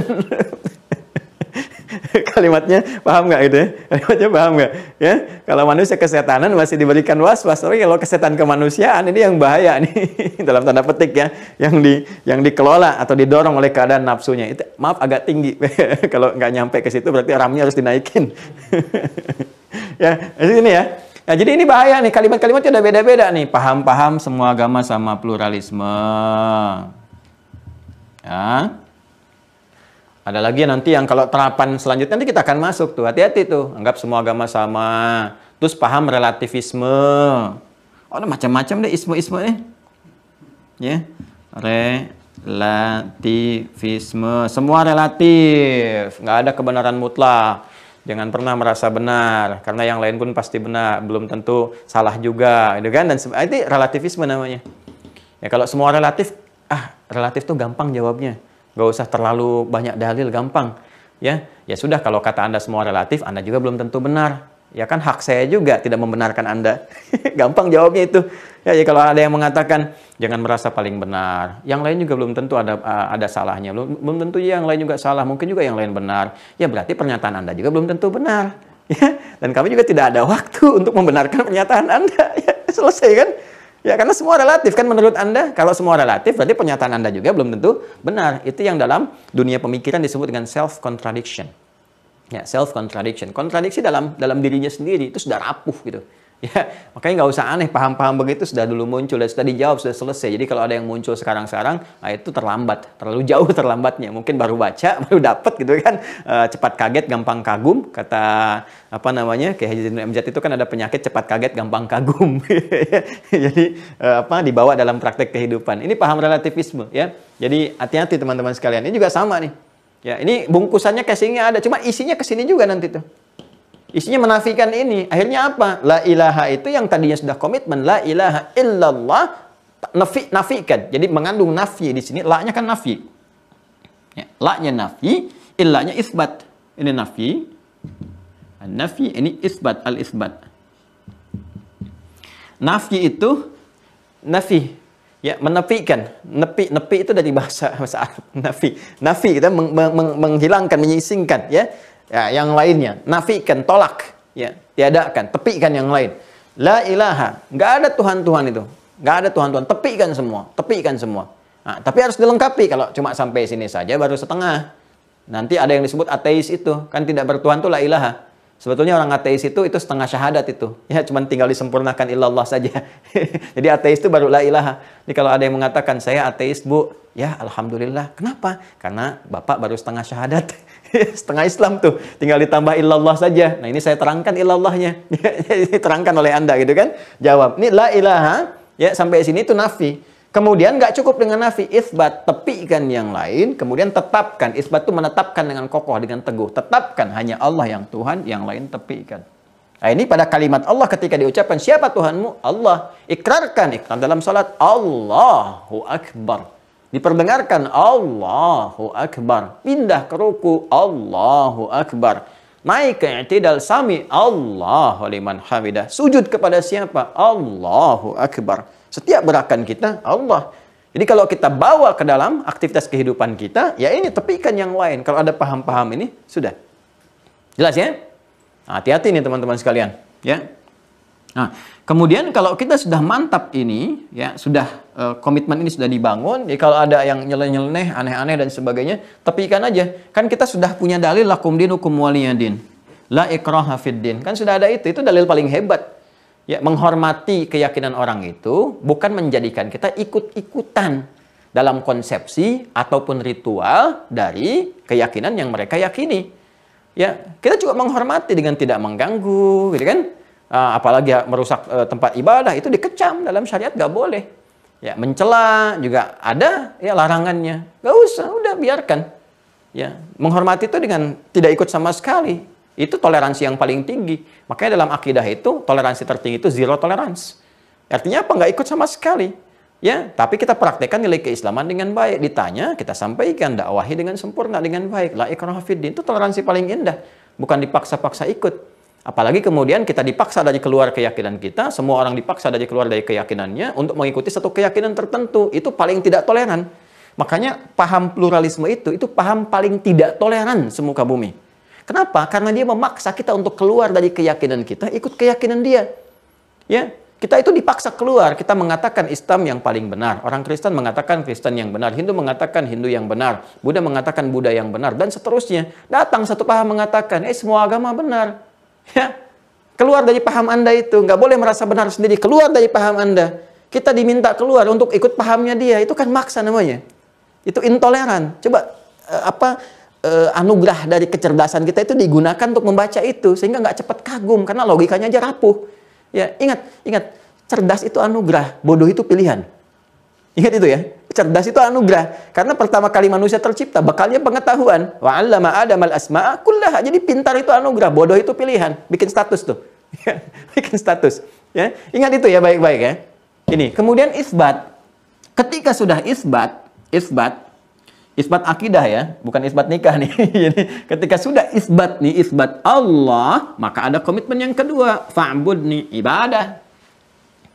Sebagai bukti komitmen kita yang pertama menuhankan Allah, buktinya adalah menyembahnya. Ya. Makanya Allah katakan, innani anallahu la ilaha illa ana fa'budni. Komitmen dari yang ini adalah ibadah kepada Allah. Karena itu kita buktikan dalam ibadah, iyyaka na'budu. Ya, perintahnya a'bud. Kita buktikan saya a'bud, kalau kami kita jamak na'bud, kita katakan iyyaka na'bud, ka-nya kemana? Ke sini kepada Allah. Makanya dalam sholat kita katakan ketika kita sudah la ilaha illallah, kita kemudian sholat kita katakan iyyaka na'budu ya Allah. Iyyaka na'bud. Kami memohon, kami beribadah, membuktikan keimanan kami kepadamu. Ya. Makanya kalau ada orang kemudian teman-teman sekalian, mohon maaf ya, dia sudah mengatakan Allah Tuhannya, terus yang satu ini sudah bagus nih, menafikan yang lainnya, tapi yang ini nggak nampak. Ya, nggak mau ibadah, nggak mau ada pembuktian, baik itu ritual, sifat ibadahnya. Jadi kalau sudah masuk ke fikih syariat, kita akan jelaskan. Ataupun dalam bentuk sosial misalnya. Ya, ritual seperti sholat, ngaku Islam, KTP-nya Islam, tapi nggak mau sholat. Maka ini persoalan di akidahnya. Persoalan di syahadatnya. Kenapa? Karena dia mengatakan asyhadu an la ilaha illallah. Allah itu sudah mengandung makna ubudiyah. Ya, al-ma'bud al-haq. Makanya kita katakan wa asyhadu anna Muhammadar Rasulullah. Cara beribadah itu mengikuti petunjuk Rasulullah yang diutus oleh Allah Subhanahu wa taala. Ini dalam aspek sosial, berkehidupan misalnya, ya dari mulai bertetangga kan Allahu Akbar, diatur betul. Kehidupan rumah tangga begini, dengan tetangga nanti seperti ini, kemasyarakatan begini, bahkan negara juga ada fikihnya. Ya, kitabul imarat itu kan ya hal yang terkait dengan kelola tata negara. Hukum tata negara itu sudah ada di kita itu. Ya, hukum sosial, mengatasi gejolak sosial, di ekonomi, di politik, di militer, macam-macam. Ada semuanya, ada ketentuannya. Kenapa? Karena semua aspek kehidupan itu bagi orang Islam itu ibadah. Quran surah ke-51, ya kan? Ayat 56 itu kan? Quran surah Az-Zariyat ayat 56. Wa ma umiru illa liya'budullah. Wa ma khalaqtul jinna wal insa illa liya'buduni. Allah. Quran surah 51, ya. Quran surah 51 ayat 56. Az-Zariyat ayat 56. Saya ulangi, ya. Wa ma khalaqtul jinna wal insa illa liya'buduni. Harokat ujungnya itu i, kita baca dengan wakaf liya'budun, ya kan? Asalnya ya'buduni, ya. Kemudian untuk ikhtisar, takhfif kita gunakan wakaf di situ liya'budun. Ya, dan tidaklah diciptakan manusia dan jin itu, biarkan jin dengan alamnya, kita masuk dengan alam kita kemanusiaan. Jadi kita ini nggak dicipta oleh Allah, kecuali esensi kehidupan kita untuk beraktivitas, berperilaku, tujuannya sebagai ibadah. Ini poinnya. Di semua kegiatan kita ibadah, dari bangun tidur sampai dengan tidur lagi. Makanya sering saya katakan, kita punya bimbingan, begini cara mengerjakan, begini cara melakukan, begini pedomannya. Seperti apa dilakukan semua ibadah itu? Turun nanti Al-Bayyinah, Quran surah 98 ayat kelima, yang tadi saya tertukar baca itu dengan yang ini. Ya, Quran surah 98 ayat 5. Ya, tadi kan ketika saya menyebutkan ini tertukar dengan yang ini kan. Nah, saya akan objektif menyampaikan itu kan. Maka Allah katakan ketika kamu kerjakan ibadah, dasarnya harus ini. Ya, apa ini? Wa ma umiru illa liya'budullah. Ini tadi disebutkan Allah, dan tidaklah mereka diperintahkan, ya kita semua ini manusia, kecuali untuk menjadikan aktivitasnya. Perhatikan baik-baik cara menerjemahkannya ya. Kecuali untuk menjadikan seluruh aktivitas sebagai ibadah. Ya. Jadi kalau kita potong kadang masih bias maknanya. Dan tidaklah mereka diperintahkan kecuali untuk ibadah. Jadi yang dipahami nanti kadang sholat saja. Cara menerjemahkannya begini, dan tidaklah mereka diperintahkan kecuali untuk menjadikan seluruh aktivitas mereka sebagai ibadah. Kepada siapa? Ni yang di sini disebutkan Allah liya'budullaha. Bagaimana caranya? Mukhlishina lahuddin. Mukhlis, ikhlas. Apa itu ikhlas? Ikhlas terkait ibadah, terkait dengan akidah yang nggak ada tafsir lain kecuali Quran surah 112 dengan namanya Al-Ikhlas. Menyembah Allah itu ya sudah mutlak ke sini, nggak ada yang lain, menafikan yang ini. Makanya nggak boleh ibadah kita kepada Allah tapi ikut-ikutan juga ke tempat orang lain. Masjid sepi, nggak ada yang azan, ya pada ikutan di tempat yang lain. Kita hormati yang lain, silahkan yang lain beribadah sesuai keyakinan masing-masing. Bahkan hukum negara kita juga menjamin, pasal 29 ayat 2 itu kan, negara menjamin kemerdekaan tiap-tiap penduduk untuk memeluk agamanya masing-masing dan beribadah menurut agama dan kepercayaannya itu. Kami meyakini dengan iman kami Islam yang paling benar, ya kan? Kita menghormati, silahkan dengan pilihan Anda. Lakum dinukum waliyadin. Kita nggak maksa. Kalau ditanya, kita jelaskan. Kita berdakwah dengan baik. Kita nggak maksa Anda nyerahkan harta. Kita nggak mentolimi Anda. Kita nggak nyerang Anda. Kita mempraktekkan apa yang kami yakini. Dan tidak perlu dipaksa juga untuk ikut-ikutan ke tempat orang lain. Jelas ya? Nah, ini yang hak yang benar. Jadi ikhlas itu ya seperti itu. Ikhlas dalam berakidah, ikhlas dalam beribadah. Ikhlas dalam ibadah itu bukan hanya perkara semua kita kerjakan tulus karena Allah, bukan aspek ke situ saja, tapi juga aspek eksternalnya. Betul, sholatnya ikhlas karena Allah, nggak riya, tapi ikut-ikutan ke tempat yang lainnya. Ikut ke gereja, ikut ke pura, ikut ke sini. Bukan seperti itu konsepsinya. Kita hormati yang di gereja, hormati yang di pura, silahkan. Masing-masing dengan keyakinannya, lakum dinukum waliyadin. Kita praktekkan keislaman kita. Kalau ditanya, kita jawab, berdiskusi, kita sampaikan, jelaskan kebenaran risalah Islam. Dan kita menghormati, silahkan pilihan masing-masing kembali kepada Allah, membawa konsekuensinya sendiri. Objektif nggak? Adil kan? Itu. Jadi kalau ada orang kemudian ibadahnya bermasalah, ya, pertama secara internal misalnya kan, maaf, dia nggak ikhlas nih. Ikhlas yang dimaksudkan ada secara internal, persoalan hatinya ketika dia menyembah Allah. Ya, persoalan hati itu penyakit disebut marad namanya. Penyakit fisik disebut dengan kan? Penyakit hati disebut dengan marad. Fi qulubihim marad, ya. Penyakit hati itu apa? Ini yang nggak bisa terdeteksi dengan pendeteksian fisik, tapi kelihatan dari perilaku, seperti riya, gitu kan? Ya, maaf, iri hati, dengki dan sebagainya. Makanya di penyakit-penyakit fisik itu ketika diobati di tempatnya, mustasfa itu, ya, mustasfa itu tempat syifa, tempat rumah orang sehat sebetulnya. Kenapa terjemahannya di rumah sakit gitu? Enggak ya, ini dari tata bahasa ya. Ya, rumah sakit itu terjemah padanan bahasa Arabnya mustasfa. Mustasfa itu tempat mendapatkan syifa. Syifa itu sesuatu yang menyehatkan, menyembuhkan. Sebenarnya terjemahannya rumah sehat gitu. Jadi rumah untuk orang sakit. Ya, tapi enggak apa-apa, mungkin ngambil hikmah yang lain atau makna yang lain. Ya, itu adalah ya, penyakit fisik. Makanya datang ke rumah sakit ya untuk berobat. Dalam konteks kita berobat nih. Makanya di rumah sakit itu kan nggak ada poli iri hati, poli riya, kan nggak ditemukan. Silahkan cek, poli mata ada, poli jantung ada, ya kan? Ya, poli gigi ada, tapi poli hati nggak ada. Dalam pengertian penyakit riya, penyakit dengki, itu nggak akan ditemukan karena di sini masuknya. Makanya orang ibadah ketika dia masih ada riyanya, melibatkan yang lain, ya kan? Untuk masalah hatinya, itu tidak ikhlas. Ada persoalan di keikhlasannya. Ya, misalnya sholat pengen dilihat orang ketika di masjid jadi khusyuk. Imam biasa 2 harokat jadi 6-6-in. Ya, jadi imamnya diliuk-liukan misalnya kan hanya untuk terdengar suara merdunya. Persoalan, ada nggak orang sholat yang berpotensi riya? Ada. Fawailul lil musallin, celaka orang yang sholat. Yang mana yang celaka itu? Apakah semua orang sholat celaka? Tidak. Alladzina hum an salatihim sahun, yang lalai dalam sholatnya. Kenapa lalai? Alladzina hum yura'un, riya dalam sholatnya. Ini masalah pertama, internal dalam hatinya dia. Ya, sama ada yang terkait dengan ibadah sosial, riya ada. Ya, apa diantaranya? Ibadah harta, infak misalnya, itu kan sosial. Ya, Anda mau nyumbang ke sini, bukan niat tahadduts binikmat, bukan niat motivasi, niat pengen diketahui bahwa dia nyumbang. Ya, supaya ada penilaian orang dan sebagainya. Bukan niat untuk transparansi, menyampaikan nih kalau ada kemarin menghimpun begini, ini disampaikan seperti ini, maknanya begini, mendorong orang untuk ikutan. Motifnya lain, niatnya dalam hatinya beda. Innamal a'malu binniyat, pengen diketahui. Ya, atau paling gampang Jumatan dengan harta ibadah sosial, gitu kan? Yang satu masukkan 100.000, 50.000, 10.000. Ini dia masukkan yang $1.000 Singapura yang setara 10 juta. Tapi dia dari sak belakang berjejer dulu, Pak. Ya, ini nih kalau infak begini nih, infak begini. Sampai sak paling depan baru dia masukkan. Itu riya juga. Ya, atau mau nyumbang ke masjid, bikin spanduk dari Sabang sampai Merauke misalnya, masuk ke setiap media, jadi persoalan juga. Ya. Awas nih musim-musim kampanye tuh ya, ntar begitu nggak kepilih genteng masjid diambil juga gitu. Karpet masjid diambil lagi. Kan coba lihat kasus-kasus itu tuh.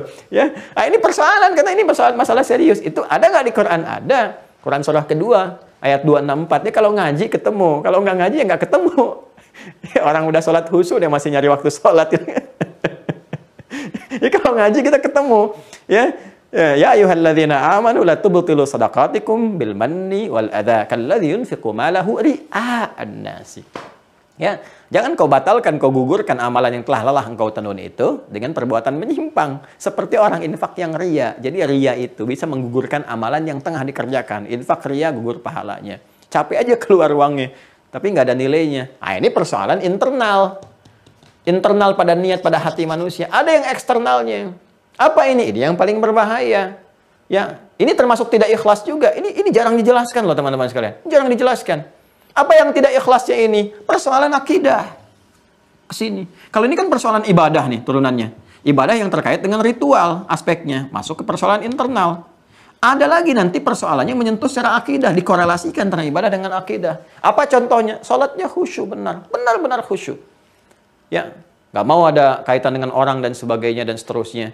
Ya, tapi kehusyuan ini tidak didorong lewat iman yang kuat, hanya didorong oleh fokus saja. Beda ya, antara khusyuk yang dilahirkan dengan keimanan yang sesungguhnya, itu yang dimaksud dengan qanitin, khasyiin, sehingga melahirkan sifat khasyah, ketakutan kepada Allah Subhanahu wa taala yang dalam sehingga menjaga hukum-hukum Allah dengan benar. Kalau bicara takut, kalau Allah misalnya menganggap itu nggak benar. Kalau memandang khawatir, kalau yang dipandang itu nggak benar. Karena itu dia belajar bagaimana Allah meridhai pandangannya, bagaimana Allah meridhai lisannya. Karena itu para ulama yang hakiki Rabbani itu disebut oleh Allah punya sifat khasyah yang tinggi. Innama yakhsyallaha min ibadihil ulama. Karena nggak sembarangan. Ya, bicara itu, apalagi bicara bertentangan hukum Allah, itu mustahil. Itu keluar dari nilai-nilai keulamaan. Ya. Nah, jadi hati-hati itu teman-teman sekalian. Ada tuh nilai-nilai, ada penjagaan, tuh khasyah. Khasyah itu dilatih dari apa? Dari kata khusyuk. Latihannya lewat khusyuk, keluar khasyah. Ya, kepasrahannya disebut dengan qanitat. Ya, qanitat, kunut, qanitin. Ya, qanitin. Hafidhu 'ala salawati was salatil wusta wa qumu lillahi qanitin. Jadi kepasrahan, ketundukannya, ketaatannya disebut dengan qanit, dari kata qanata, ya, qanita. Seorang perempuan namanya qanita, perempuan yang patuh, tunduk, taat, gitu kan? Ya, ketaatan kepada Allah diperintahkan oleh Allah di rumah tangga, taati suamimu dan atas perintah Allah, itu qanitat namanya. Quran surah keempat misalnya ayat 34, ar-rijalu qawwamuna 'alan nisa bima hafizallah, ar-rijalu qawwamuna 'alan nisa, gitu kan? Seorang laki-laki itu ditetapkan memimpin bagi perempuan, ya, sebagaimana yang Allah tetapkan kepada dirinya, ya, bima faddalallahu ba'dahum 'ala ba'din wa bima anfaqu min amwalihim, dan kewajiban dia berinfak kepada istrinya. Fasalihatu, sedangkan istri yang salihah itu qanitatun, qanitat. Ya, taat kepada Allah, mematuhi perintah Allah dengan cara menaati suaminya. Jadi sifatnya nanti melahirkan kekhusyuan, dari khusyuk ini timbul khasyah, dari khasyah ini timbul kepatuhan. Ya, itu semua nyambung semua. Nah, itu dasarnya apa? Iman. Jadi kalau cuma sekedar khusyuknya dipahami dengan fokus, imannya tidak bergerak, betul dalam sholatnya kelihatan khusyuk. Apa yang tadi saya sampaikan itu, fokus kelihatannya. Seperti orang khusyuk beneran, fokus dan sebagainya. Tapi karena dasar imannya lemah, akhirnya sholatnya di masjid, setelah itu misalnya ikut di tempat orang lain, datang ke tempat orang lain. Yang paling bahaya adalah menjelek-jelekan agama sendiri di tempat orang lain. Itu dipertanyakan kemudian ini konsepsi akidahnya. Dipertanyakan. Nah, kalau kita sedang ngaji ya, kalau ngaji kan kita bahas ini kan pemikiran ya, yang bersumber pada hukum mutlak. Ini nggak bisa ditawar kalau yang seperti ini. Jadi kalau dia debat makin bermasalah. Wah, ini nggak benar nih, Anda berarti makin nggak benar itu. Oh, dijelaskan yang benar kok masih menjawab itu nggak benar. Berarti makin nggak benar. Jadi kan menjelaskan yang baku, yang nggak ada perbedaan ulama di sini. Ulama semua sepakat, nggak ada bedanya. Anda beda sendiri. Berarti Anda aneh, Joni. Gitu. Jadi ini jadi persoalan. Jadi kalau ini masih didebat, berarti benar-benar bermasalah. Ya. Jadi ini no debat ini nggak ada perdebatan di sini. Ini udah konsep baku, mutlak. Jadi kalau benar-benar kita Allah, siapa Tuhannya? Allah. Sudah, la ilaha illallah. Kan? Praktek la ilaha illallah itu apa buktinya dalam kehidupannya? Kita menyembahnya, menghormati orang lain. Makanya kan bergaul biasa saja. Nabi bergaul dengan Nasrani, ya kan? Bergaul dengan Yahudi sesuai dengan batas pergaulannya. Ya, kalau ada yang melenceng dan sebagainya, muncul tindakan, itu biasa dalam kehidupan. Oh, sekarang hukum aja berlaku tanpa akidah kok. Apakah seorang pencuri akan ditanya dulu, apa agamanya? Kan tidak ya, pencuri ya pencuri. Kan? Kita kadang-kadang mencampur adukan antara hukum-hukum terkait praktek dengan kehidupan dengan persoalan akidah, dibawa-bawa gitu kan. Dan kadang-kadang nggak berimbang. Nggak berimbang. Ini banyak lah nanti kalau saya contohkan makin melebar. Ya, jadi ini dulu nih supaya kita paham. Jelas ya? Kalau ditanya, siapa Tuhanmu? Allah. Ini harus ada. Ini harus komitmen. Kalau dua-duanya kuat, nanti jadi kekuatan di dalam jiwa. Wah, dunia ini kecil ya. Dunia kecil. Demi Allah saya katakan dunia kecil. Nikmat kehidupan tuh kayaknya enak aja gitu. Semua lillah. Semua pekerjaan tuh karena Allah. Aktivitas enak. Nggak ada kekhawatiran berlebihan, ada ketenangan. Ya, Islam itu kan kepatuhan, ketundukan. Kalau kita Islam patuh tunduk dengan silmi. Caranya itu silmi. Ya ayyuhalladzina amanu dukhulu fis silmi kafah. Gitu kan? Islam itu frame dinnya, Quran surah 3 ayat 19. Silmi itu ajarannya dengan sempurna, Quran surah kedua ayat 208. Kalau sudah itu dapat salam. Quran surah ke-19 ayat 15, wassalamun alaihi wa wulida wa yawma yamutu wa yawma yub'atsu hayya. Salam itu kedamaian, ketentraman, kebaikan. Ya, makanya surga disebut Darussalam. Kita berdoa Allahumma antas salam wa minkas salam tabarakta ya dzal jalali wal ikram. Semua ada kaitannya. Ya, semua ada kaitannya teman-teman sekalian. Makanya orang berislam itu kalau benar Islam ya tenang hatinya, jiwanya damai. Karena sering hubungan dengan Allahnya ditata dengan baik. Ya, ingat tuh zikir. Makanya zikir itu juga isinya ibadah. Zikir itu Quran kan, Quran surah ke-15 ayat 9, inna nahnu nazzalna dzikra wa inna lahu lahafizun. Quran disebut zikir. Menghafal bahkan 4 kali daripada membaca. Quran surah ke-54 ayat 17, 22, 32, 40. Wa laqad yassarnal Qur'ana lidzikri. Berdoa menghubungkan kita dengan Allah disebut zikir. Quran surah 7 ayat 205. Wadhkur rabbaka fi nafsika tadarruan wa khifatan wa duna jahri minal qaul. Ya, kalimat thayyibah subhanallah alhamdulillah Allahu akbar astagfirullah itu zikir juga. Quran surah keempat ayat 103. Fa idza qadaytumus salata fadhkurullaha qiyaman wa qu'udan wa 'ala junubikum. Ya, kita salat itu zikir juga. Salat itu puncak zikir karena di situ istighfar, kita berdoa, kita baca Quran, semua ada di situ, kumpul di situ, itu puncaknya. Ya, zikir itu Quran surah ke-20 ayat 14. Innani anallahu la ilaha illa ana fa'budni wa aqimis salata li dzikri. Dan semua itu ibadah kan? Jadi ibadah itu menjadikan kita ingat kepada Allah, menghubungkan online kita kuat dengan Allah, zikir namanya, maka muncullah istilah zikrullah. Sekarang apa fungsi zikir? Quran surah 13 ayat 28, ala bi dzikrillahi tatma'innul qulub. Yakinkan pada dirimu dengan zikir kepada Allah itu hati kita menjadi tenang. Jadi kalau berislam dengan baik itu tenang, nyaman, nggak ada masalah, ya.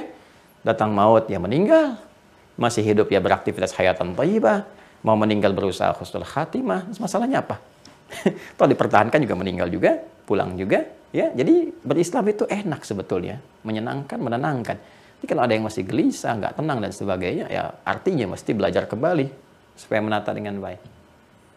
Ya, nah, sekarang sudah yakin, sudah siap menyembah Allah dan sebagainya. Bagaimana berinteraksinya dalam penyembahan itu? Bagaimana memanggil Allah? Bagaimana melihat tanda-tanda keesaan Allah di sekitaran kita untuk menghadirkan kekuatan itu. Nah, ini yang tadi saya maksudkan dalam terusan bahasan kita. Kita harus mengenal apa yang Allah perkenalkan kepada kita di Quran. Surah ke-7, ayat 180. Demikian di Quran, surah ke-17, ayat 110. Nah, tadi saya katakan teman-teman, masih sepakat kan? Pondasi itu kuat ya. Harus kuat, harus kokoh. Nah, pondasi dalam penjelasan, dalam ceramah, itu disebut muqaddimah. Makanya tadi muqaddimahnya kokoh ya. Panjang itu supaya kuat. Nah, ini pengantarnya nih, supaya kuat dulu, kokoh dulu. Ini kalau ini nggak kokoh, saya terangkan ini juga repot nanti ya. Jadi ini baru muqaddimah, dari itu sampai 1 jam kita sampaikan ini. Ini yang paling kokohnya yang ini nih. Nah, kalau ini sudah kokoh, sudah kuat, baru gimana cara kita berinteraksi dalam penghambaan kita kepada Allah. Kalau ingin memohon seperti apa, memohon dengan benar bagaimana, ya. Kemudian kita ingin praktekkan Allah Tuhan saya mau sholat, mau menyembah. Gimana nih cara saya dalam sholat itu mau minta kepada Allah seperti apa caranya? Diaturnya bagaimana? Untuk percepatan seperti apa? Meningkatkan cahaya iman bagaimana? Baik, mari kita lihat. Quran surah ke-7 ayat 180. Masih dalam tema mengenal Allah Subhanahu wa taala, menguatkan pondasi iman yang pertama. Walillahil asmaul husna fad'uuhu biha. Walillahi, maaf ya. Saya pakai rokah dulu ya. Walillahil asmaul husna. Ini kan? Fad'uuhu biha. Ayat. Ini yang Quran surah ke-7 ayat 180. Sama-sama dibuka mushafnya ya. Kalau ada yang kurang tepat tolong disampaikan kepada saya. Mungkin beda nomor atau bagaimana disampaikan. Kalau salah langsung saya koreksi ya. Tolong di admin juga dicek ya. Ini satu ya. Baik, teruskan Quran surah ke-17 ayat 110. Dua ayat terakhir di surah Al-Isra. Qulid Allah. Qulid Allah. Qulid Allah. Awid Ar-Rahman. Awid Ar-Rahman. Ayyamma tad'u falahul asma'ul husna. Falahul asma'ul husna. Ini dia. Ini poinnya. Ya. Termasuk dari yang pertama dulu ya. Walillahil asma'ul husna fad'uuhu biha. Kita bertanya, ya Allah, aku menetapkan Engkau sebagai Tuhan. Aku ingin menyembah-Mu ya Allah. Aku ingin menghadirkan penghambaanku kepadamu dengan sempurna supaya Engkau berikan cahaya dalam hidupku yang membimbing aku menerangi kehidupanku untuk beraktivitas ya Allah. Bagaimana cara aku berinteraksi denganmu? Bagaimana cara aku memohon, memanggilmu? Maka Allah katakan, walillahil asma'ul husna.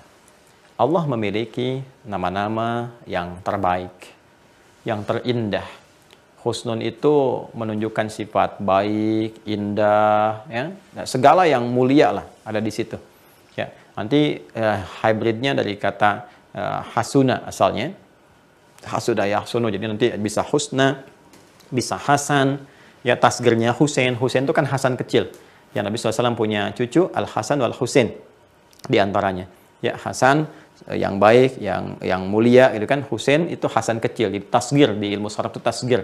Fu'ail, ya Fu'ail. Abid Ubaid, Omar Omer, gitu kan. Tinggal pakai wail, gitu kan. Apa namanya? Ya itu tinggal menggunakan rumus seperti itu konsepsinya.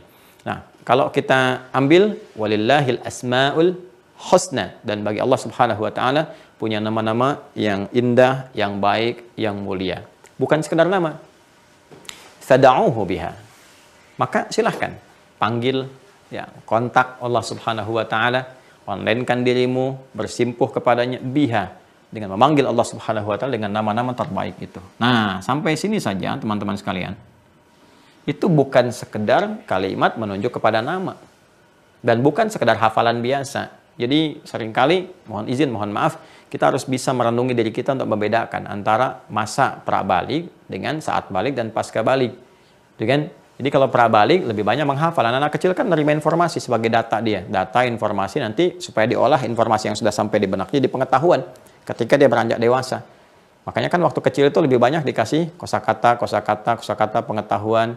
Karena itu orang tua bersikap yang baik supaya didengar yang baik-baik, dilihat yang baik-baik. Setelah itu dijelaskan kan. Semakin dia naik ke atas, semakin banyak bertanya. Itu bertanya itu mengolah informasi di pengetahuan. Setelah jadi pengetahuan, jadi sikap pada anak itu untuk bersikap. Ya, itu kan seperti itu normalnya.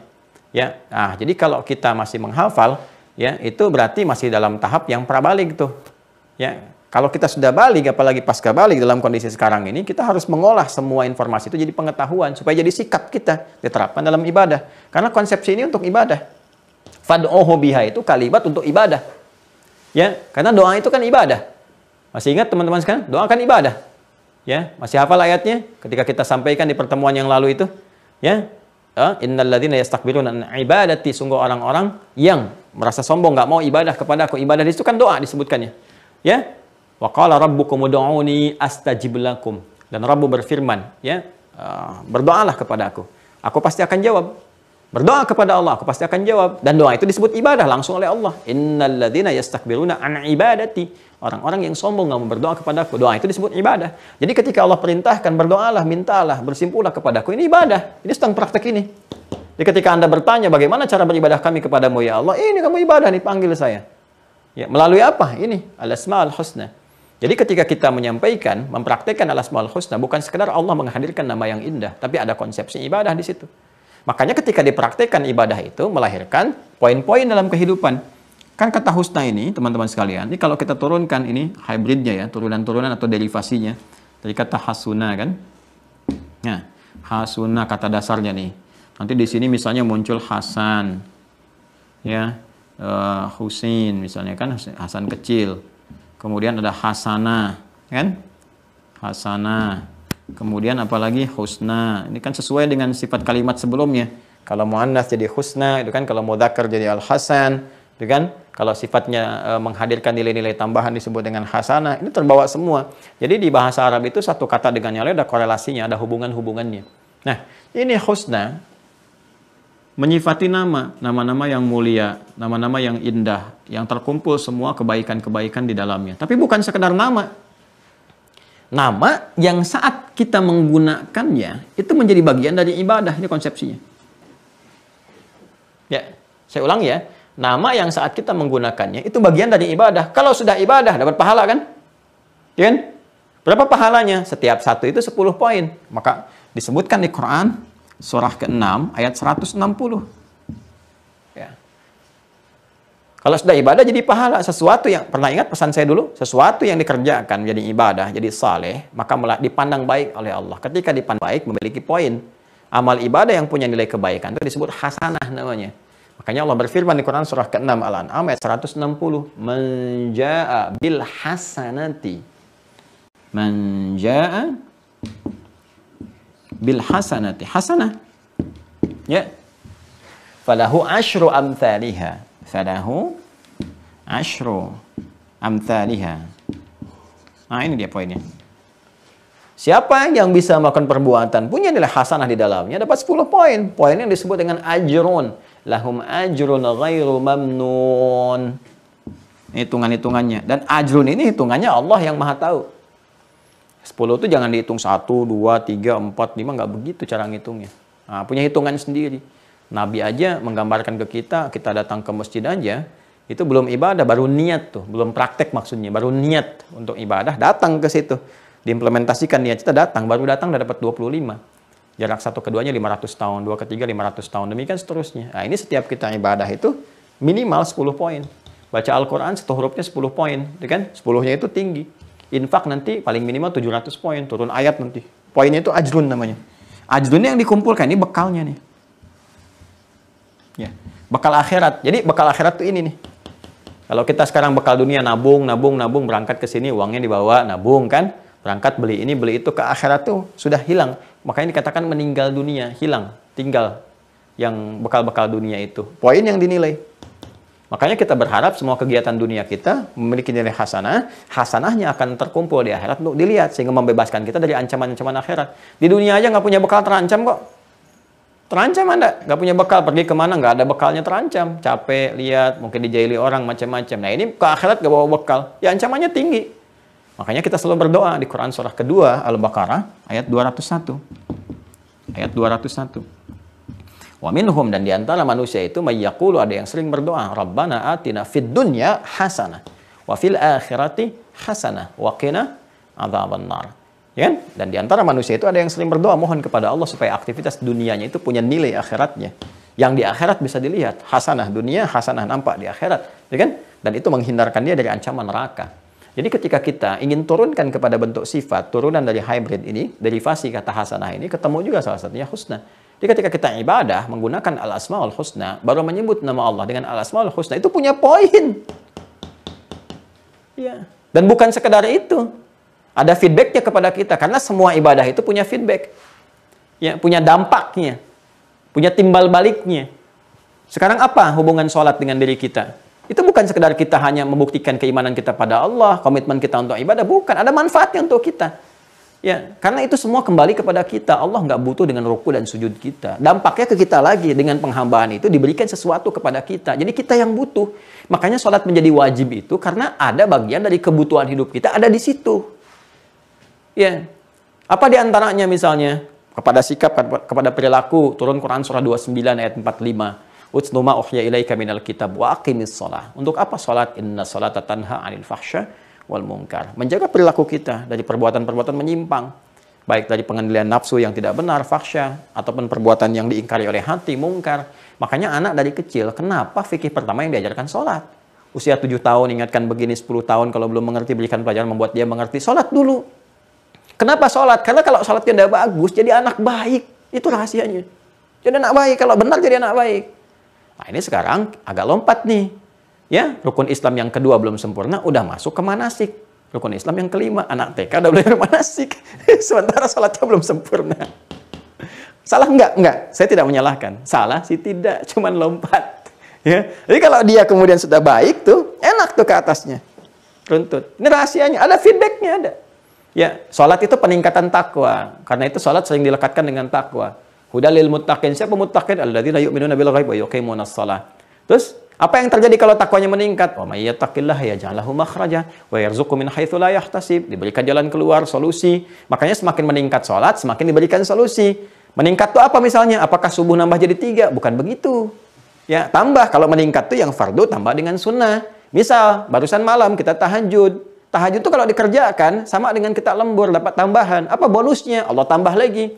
Quran surah ke-17 ayat 79 sampai 81. Wa minal laili fatahajjad bihi nafilatan lak. Jadi sebagian malam bangun tahajud walaupun cuma sunnah sifatnya, tapi asa ayyab'atsaka rabbuka maqaman mahmuda. Allah akan bimbing kau ke tempat yang terbaik, posisi yang bagus dalam pekerjaan, dalam aktivitas. Ya.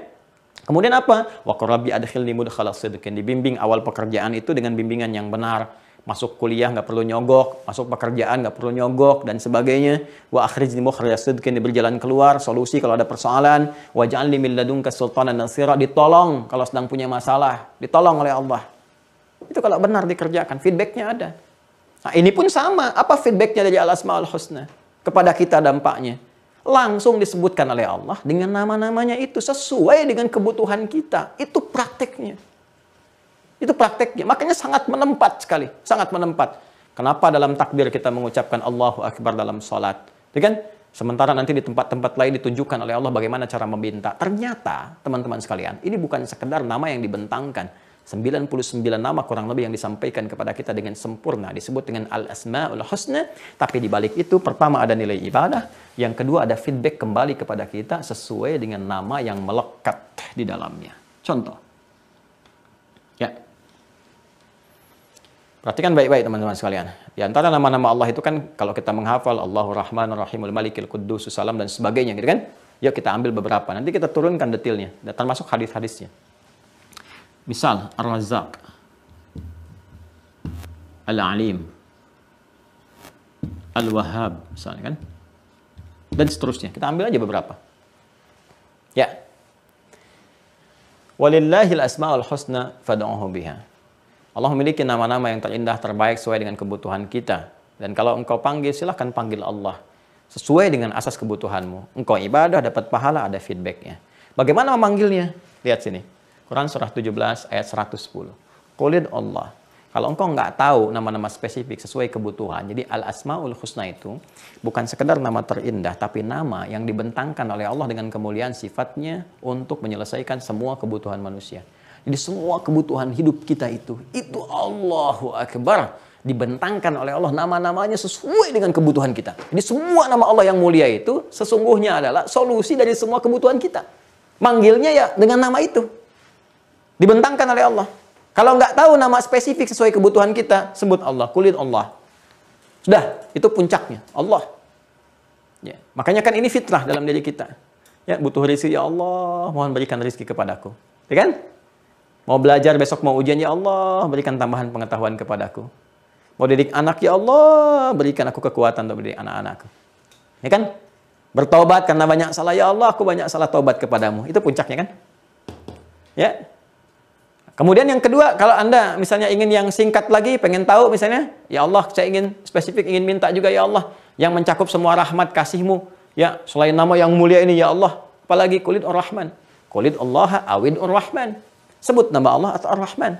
Rahman itu kan puncak pemberian kasih yang sangat luas yang diberikan pada secara umum saat di dunia. Di akhirat nanti ada Rahim. Ya, dari kata rahmah asalnya. Rahman, Rahim. Kita katakan ya Rahman, Rahman ya Rahman.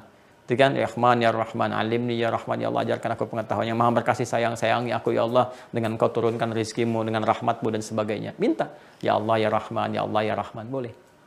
Tapi ayyam tad'u, kalau engkau kapanpun mau minta, ingin kau spesifik minta sesuai dengan hajatmu, tidak ingin menyebut yang umum, falahul asmaul husna, sebut, cari nama-nama yang terbaik sesuai dengan kebutuhanmu. Contoh, Anda punya masalah dalam rezeki, sebut ya Allah, ya Rahman, ya Razzaq. Ya Allah, pemilik al-asma'ul husna, yang memiliki rizki, yang dengan namanya engkau katakan ya Razzaq, yang memiliki semua pintu-pintu rizki, yang memiliki semua ya Allah terkait dengan rizki. Engkau yang punya kasih dengan sifat rahmanmu. Engkau satu-satunya Tuhan yang aku yakini. Engkau yang aku sembah ya Allah. Aku memohon kepadamu ya Rabb, lancarkan rizkiku untuk aku bisa beribadah kepadamu. Ini fikih yang ketiga. Karena al-asmaul husna itu diikat dengan kewajiban ibadah. Diikat dengan kewajiban ibadah. Jadi nanti di fikih doa, kalau cepat doa mau dikabulkan, arahkan juga doa itu ke kepentingan ibadah. Jangan asal minta. Kalau cuma minta, yang belum beriman pun minta juga. Makanya kalau mau cepat, arahkan ibadah. Mau kemana nih arahnya? Ya, saya ambil contoh, misalnya saya berikan contoh, ya Allah, selama ini aku telah berusaha untuk sholat, ya Allah. Ini bahasa yang halus sekali. Kan nanti di fikih doa itu ada meminta dengan kalimat halus. Nanti kita belajar, insya Allah. Ya Allah, Kau telah berikan aku kesempatan untuk menyembahmu lewat sholat. Aku bersyukur, ya Allah. Terima kasih. Ya, terima kasih memberi kekuatan kepada aku untuk masih sholat, untuk memaksimalkan sholat-sholat sunnah. Alhamdulillah, ya Allah. Namun, ya Allah, sampai sekarang aku belum bisa merasakan nikmatnya ibadah lewat harta. Okay? Anugerahkan kepada aku ya Allah kemampuan untuk berzakat walaupun hanya 25 juta saja ya Allah selama hidup untuk berzakat ya Allah. Jadi untuk ibadah tuh minta zakat 25 juta, zakat kan 2,5%. Berarti kalau minta 25 juta minta 1 miliar kan?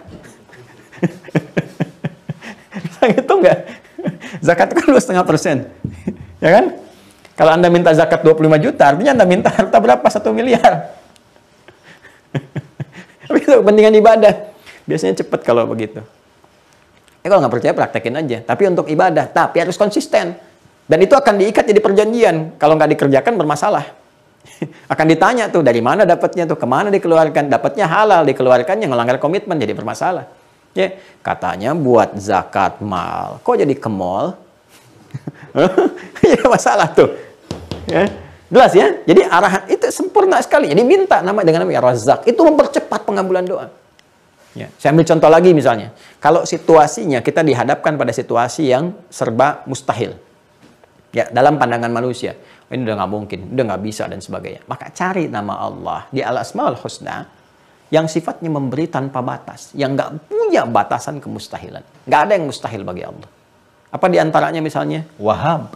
Memberi tanpa batas. Ini yang digunakan Nabi Zakaria alaihissalam ketika memohon kepada Allah supaya punya keturunan.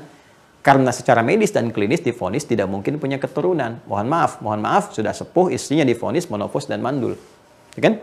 Apa yang dikatakan oleh beliau? Direkam di Quran surah ketiga Ali Imran ayat 38. Ya, paling kanan sebelah atas di mushaf standar. Ya. Hunalika da'a Zakaria rabbah qala rabbi habli bil ladunka dzurriyyatan thayyibah innaka sami'ud du'a. Ya.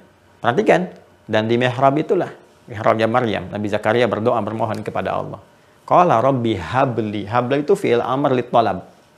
Ya, kalimat permintaan yang mendesak kepada Allah, memohon dengan sangat. Ya.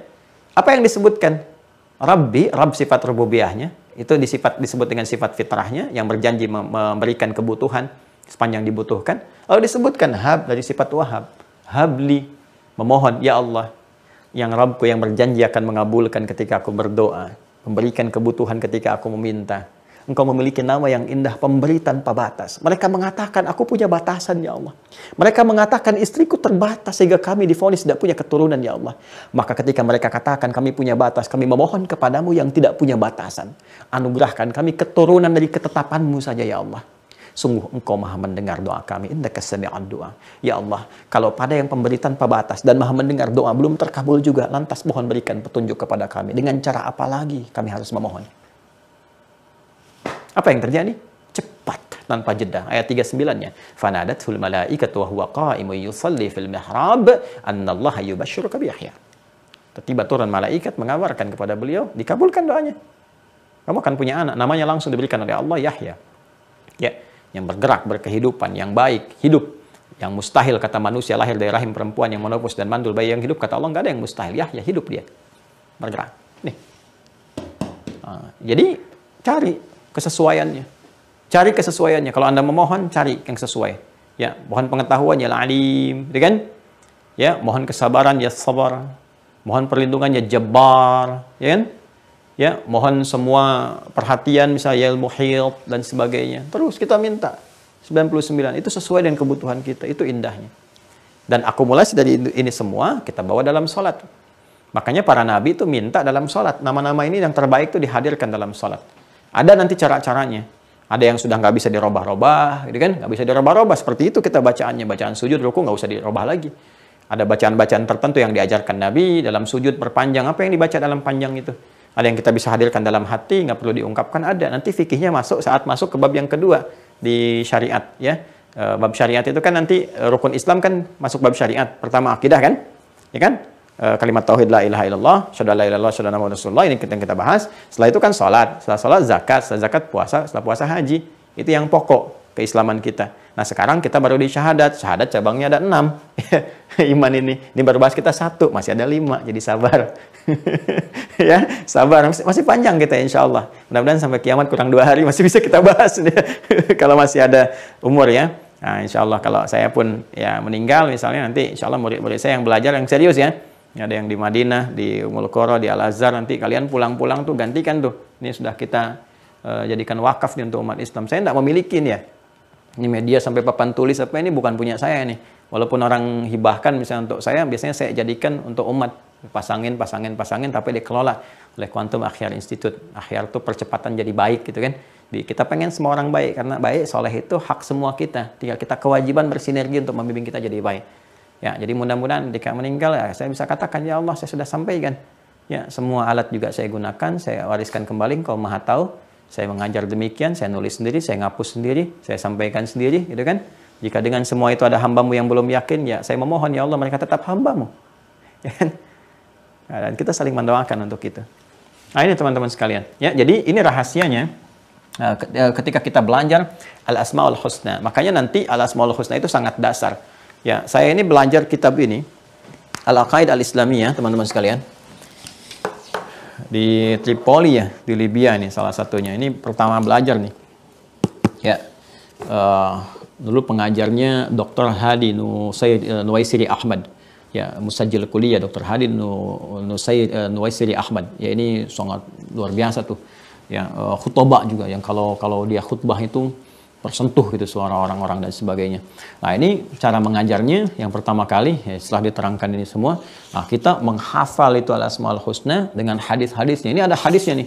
Jadi, kalau kita belajar di kitab ini nanti disebutkan juga hadisnya, kelompoknya apa, manfaatnya apa. Nanti kita akan lihat di antara Al-Asmaul Husna itu nama-nama apa yang paling cepat ketika kita memohon langsung dikabulkan. Ada. Itu ada hadis-hadisnya. Kita akan pelajari ke sana. Ya, saya kalau menjawab ujian soal akidah itu, kita masuk bab akidah nih. Kita ujian, soalnya nggak banyak, paling-paling 3. Tapi sebelum menjawab soal itu, wajib bagi kami menuliskan Al-Asmaul Husna 99 dengan maknanya, dengan dalil hadisnya. Jawab dulu itu tuh. Al-Asmaul Husna, Allah kan Ar-Rahman Ar-Rahim. Allah itu maknanya apa? Ini apa-apa. Setelah itu selesai, hadisnya apa? Ini di Al-Asmaul Husna itu dibagi nanti. Ada yang terkait dengan ketuhanan, aspeknya apa nih? Ada yang terkait dengan perhatian rububiyah dan sebagainya. Ada sifatnya dan ada permohonan. Hadisnya apa? Dibagi 4 kelompok bagian. Hadisnya tampilkan. Setelah jawab itu, baru boleh jawab pertanyaan 3 itu. Pertanyaannya mungkin yang 3 itu cuma 1 lembar gitu. Ya. Tapi yang Asmaul Husna dengan hadis apa itu bisa 9 lembar sendiri. Jadi kalau satu mata kuliah itu selesai, ini teman-teman sekalian, itu bengkak nih tangan saya. Itu hampir mirip jempol kalau udah mata kuliah itu tuh. Selesai begini. Jadi perjuangan saya untuk dapatkan dan mengajar Anda sampai ini bengkak kayak jempol. Anda sekarang tinggal dengar aja. Terus Anda nggak mau ngamalin juga gitu kan, dengan cara apa lagi saya mesti mengajar? Ya, jadi ini ada sesuatu yang sangat indah kalau kita praktekkan, itu luar biasa. Saya beri contoh misalnya kan, nanti di sini akan disampaikan satu hadis teman-teman sekalian, yang kalau kita bacakan itu, kalau kita ketahui, atau saya bacakan lah dari hafalan saja, ya. Jadi satu kali Nabi SAW, teman-teman sekalian, itu mendengar salah seorang dari sahabatnya. Saya kisahkan dulu latar belakangnya. Di sini nggak disebutkan latar belakangnya. Kalau kita cari di kitab lain kita akan temukan. Jadi Nabi SAW sedang mendengar salah seorang sahabat berdoa kepada Allah. Ya, apa yang dia katakan? Perhatikan, dia menyebutkan puncak al-asmaul husna yang terkait dengan aspek yang pertama, ketauhidan. Jadi al-asmaul husna itu dibagi-bagi nanti. Ada aspek yang tauhid, ilahiyat, kan? Ada rububiyat dan sebagainya. Nanti kita akan petakan itu. Dia sebut minta kepada Allah dengan aspek yang tertinggi, yang tauhid, yang terkumpul di surat Al-Ikhlas. Ya, apa yang dia katakan? Perhatikan kalimatnya. Dia memohon kepada Allah, Allahumma yal ahadus samad, yalladzi lam yalid wa lam yulad wa lam yakul lahu kufuwan ahad. Allahumma inni as'aluka an taghfirali. Perhatikan kalimatnya. Allahumma yal ahadus samad, yalladzi lam yalid wa lam yulad wa lam yakul lahu kufuwan ahad. Allahumma inni as'aluka an taghfirali. Ya Allah, aku memohon dengan puncak namamu yang tertinggi. Yal ahad yas samad. Kan as-samad juga termasuk al-asmaul husna, ya kan? Ya Allah, aku memohon dengan puncak namamu yang tertinggi. Allah, aku sekarang punya persoalan, aku akan gantungkan kepadamu seluruhnya. Wah, itu paling gampang tuh. Di semua persoalan kita digantungkan kepada Allah. Allah Maha tahu apa aja masalah kita tuh. Jadi bahasa paling gampangnya gini, saya punya banyak masalah ya Allah, saya ingin diselesaikan. Dan Kau Maha tahu masalah saya apa saja. Masalah kesehatan, masalah harta, masalah apa, kan kita ini banyak masalah kan? Ya kan? Persoalan hidup kita banyak persoalan. Kita gantungkan kepada Allah. Dia cari kalimat ini pintar sekali. Rumus ekonomi dipakai nih. Ya, dengan modal yang sedikit keuntungan yang paling banyak gitu kan. Dia mohon kepada Allah dengan namanya tuh puncak, ya Allah ya Samad. Saya gantungkan semua, ya, semua kebutuhan hidup saya, ya Allah ya Ahad, hanya kepadamu, Tuhan yang Esa. Aku berkomitmen menuhankan Engkau, menepikan yang lain dan menghambakan diriku kepadamu ya Allah. As-Samad, semua aku gantungkan sekarang kepadamu. Yalladzi lam yalid wa lam yulad. Aku bersaksi ya Allah, tidak ada Tuhan selain Engkau, tidak ada Tuhan yang diperanakan yang beranak. Walam yakul lahu kufuwan ahad. Enggak ada syarikat bagimu. Sangat mudah bagimu mengabulkan doaku tanpa harus meminta kepada yang lain, tanpa harus kompromi dengan yang lain. Engkau Tuhan yang Esa. Anda bayangkan, semua dimunculkan tuh, semua kekuatan yang terhubung dengan Allah. Aku cuma minta ya Allah, Allahumma inni as'aluka an taghfirali. Aku cuma mohon ampuni aku ya Allah. Wah, ini fakih nih orang nih. Karena ampunan itu kalau sudah diberikan, cinta datang. Kalau cinta datang, nggak minta pun dikasih. Bapak ibu itu mencintai anak. Saking cintanya, anak nggak minta dibeliin sepeda. Anak nggak minta dibeliin baju baru. Itu cinta, itu namanya. Ada perhatian yang sangat dalam. Allah cinta kepada hamba, apalagi ibu punya rahim. Allah punya sifatnya. Anda aja yang diberikan kecil begitu, perhatian begitu dalam. Sampai disayang-sayang, miring kanan, miring kiri, ya, sulit, ya kan? Berani kemudian berkorban dengan kalian. Agar apa? Agar memberikan cinta kepada yang dikandung. Makanya dalam salah satu akhlak ini agak dalam ya, agak di ilmu hikmah itu salah satunya kenapa bayi menangis ketika lahir bukan hanya sekedar menunjukkan tanda kehidupan. Ini di ilmu hikmah ya, bacanya agak dalam, bukan referensi buku-buku biasa. Bukan sekedar dia menghadirkan tanda kehidupan dengan menangis secara fisikal, tidak, tapi dia juga memohon untuk mendapatkan kenikmatan yang sama, kenyamanan seperti dia berada dalam rahimnya. Ya, dalam rahim ibundanya. Allah tuh sifatnya rahim, memberikan perhatiannya sangat dalam, cintanya tinggi. Makanya orang ingin mendapatkan cinta Allah, salah satu jalannya apa? Kalau tidak mengikuti petunjuk Rasulullah, dia rajin beristighfar. Itu di Quran surah ketiga Ali Imran ayat 31. Qul in kuntum tuhibbunallaha fattabi'uni yuhibbukumullah wa yaghfir lakum dzunubakum. Cinta pada Allah itu diikat dengan dua bagian. Cinta itu di tengah-tengah nih. Sini ikuti petunjuk Rasulullah, fattabi'uni, sini wa yaghfir lakum dzunubakum. Banyak istighfar, mengampuni dosa. Jadi orang ini pengen minta kepada Allah ampuni dosanya. Kalau sudah diampuni dosa, cinta itu lahir. Kalau sudah cinta lahir, apapun selesai masalah. Udah, tuntas. Selesai masalah. Ya, coba silahkan cek deh. Persoalan itu tuntas, selesai. Sudah. Nah, tapi yang menarik apa? Komennya. Ya, komennya. Dan komen itu nggak mungkin muncul. Ya, yang positif ya. Komen positif nggak mungkin muncul kecuali ada like sebelumnya. Ya, makanya ada like, komen, dan share kan. Nanti di-share kepada kita. Sekarang tugas saya men-share. Ya, Nabi menyukai itu, like. Kemudian dikomen oleh Nabi. Ara'aita bima da'aut? Kamu sadar nggak tadi itu kamu berdoa itu nyebutnya apa? Ya, kamu dengan apa tadi berdoa? Sadar nggak kamu minta itu dengan apa? Apa jawab orang ini? Allah wa rasuluhu a'lam. Allah dan Rasul yang maha mengetahui. Kata Nabi, laqad da'auta. Ya. Bismillahil a'zam. Sungguh engkau telah memohon kepada Allah dengan namanya yang paling tinggi, yang paling agung. Ya. Wa idza du'iya biha ajaba wa idza su'ila biha a'ta. Yang kalau engkau berdoa dengannya, doamu akan dikabulkan, dan kalau engkau meminta, pasti akan diberikan. Nah, jadi fikih al-asmaul husna itu kalau benar kita gunakan, itu dijawab, diberikan jalan kemudahan. Itu level orang biasa. Nabi Zakaria memohon yang mustahil dikasih oleh Allah. Jadi ini bukan main-main, bukan sembarangan. Nah, kapan al-asmaul husna itu berfungsi ketika kita mohonkan, baik dalam sholat puncak, ya tiap hari kita minta 17 kali. Kita mohonkan kepada Allah, iyyaka na'budu wa iyyaka nasta'in. Dengan setelah itu kita mohon kepada Allah dengan kebaikan-kebaikan dan sebagainya. Sujud ruku kita minta. Berapa yang dijawab? Apakah setiap orang yang menyampaikan ini akan dijawab? Belum tentu. Kalau dia tidak bacakan itu dengan iman. Nah, karena itu saya baru berikan pengantar seperti ini. Nanti kita akan turunkan kepada fikih ibadah untuk prakteknya saat masuk kepada gambarannya. Jadi pelajaran yang kita dapatkan di pertemuan hari ini adalah ketika kita sudah meyakini Allah sepenuhnya sebagai Tuhan, menepikan yang lainnya, berjanji untuk menyembahnya, maka kita harus optimalkan cara berinteraksi dengan Allah dalam konteks penyembahan kita kepadanya dengan memaksimalkan petunjuk Allah melalui al-asma'ul husna yang menunjuk kepada nama-nama dan sifat-sifatnya yang mulia. Ya, nanti yang selanjutnya kita akan coba petakan dari nama-nama ini. Ya, arahnya kemana, bagaimana cara memintanya, seperti apa menggunakannya, dan menerapkan itu dalam tanda bacaan semesta. Karena nanti kalau kita lihat alam dan sebagainya, al-asmaul husna itu kalau sudah jadi cahaya dalam diri kita akan membimbing kita untuk mendekat kepada Allah.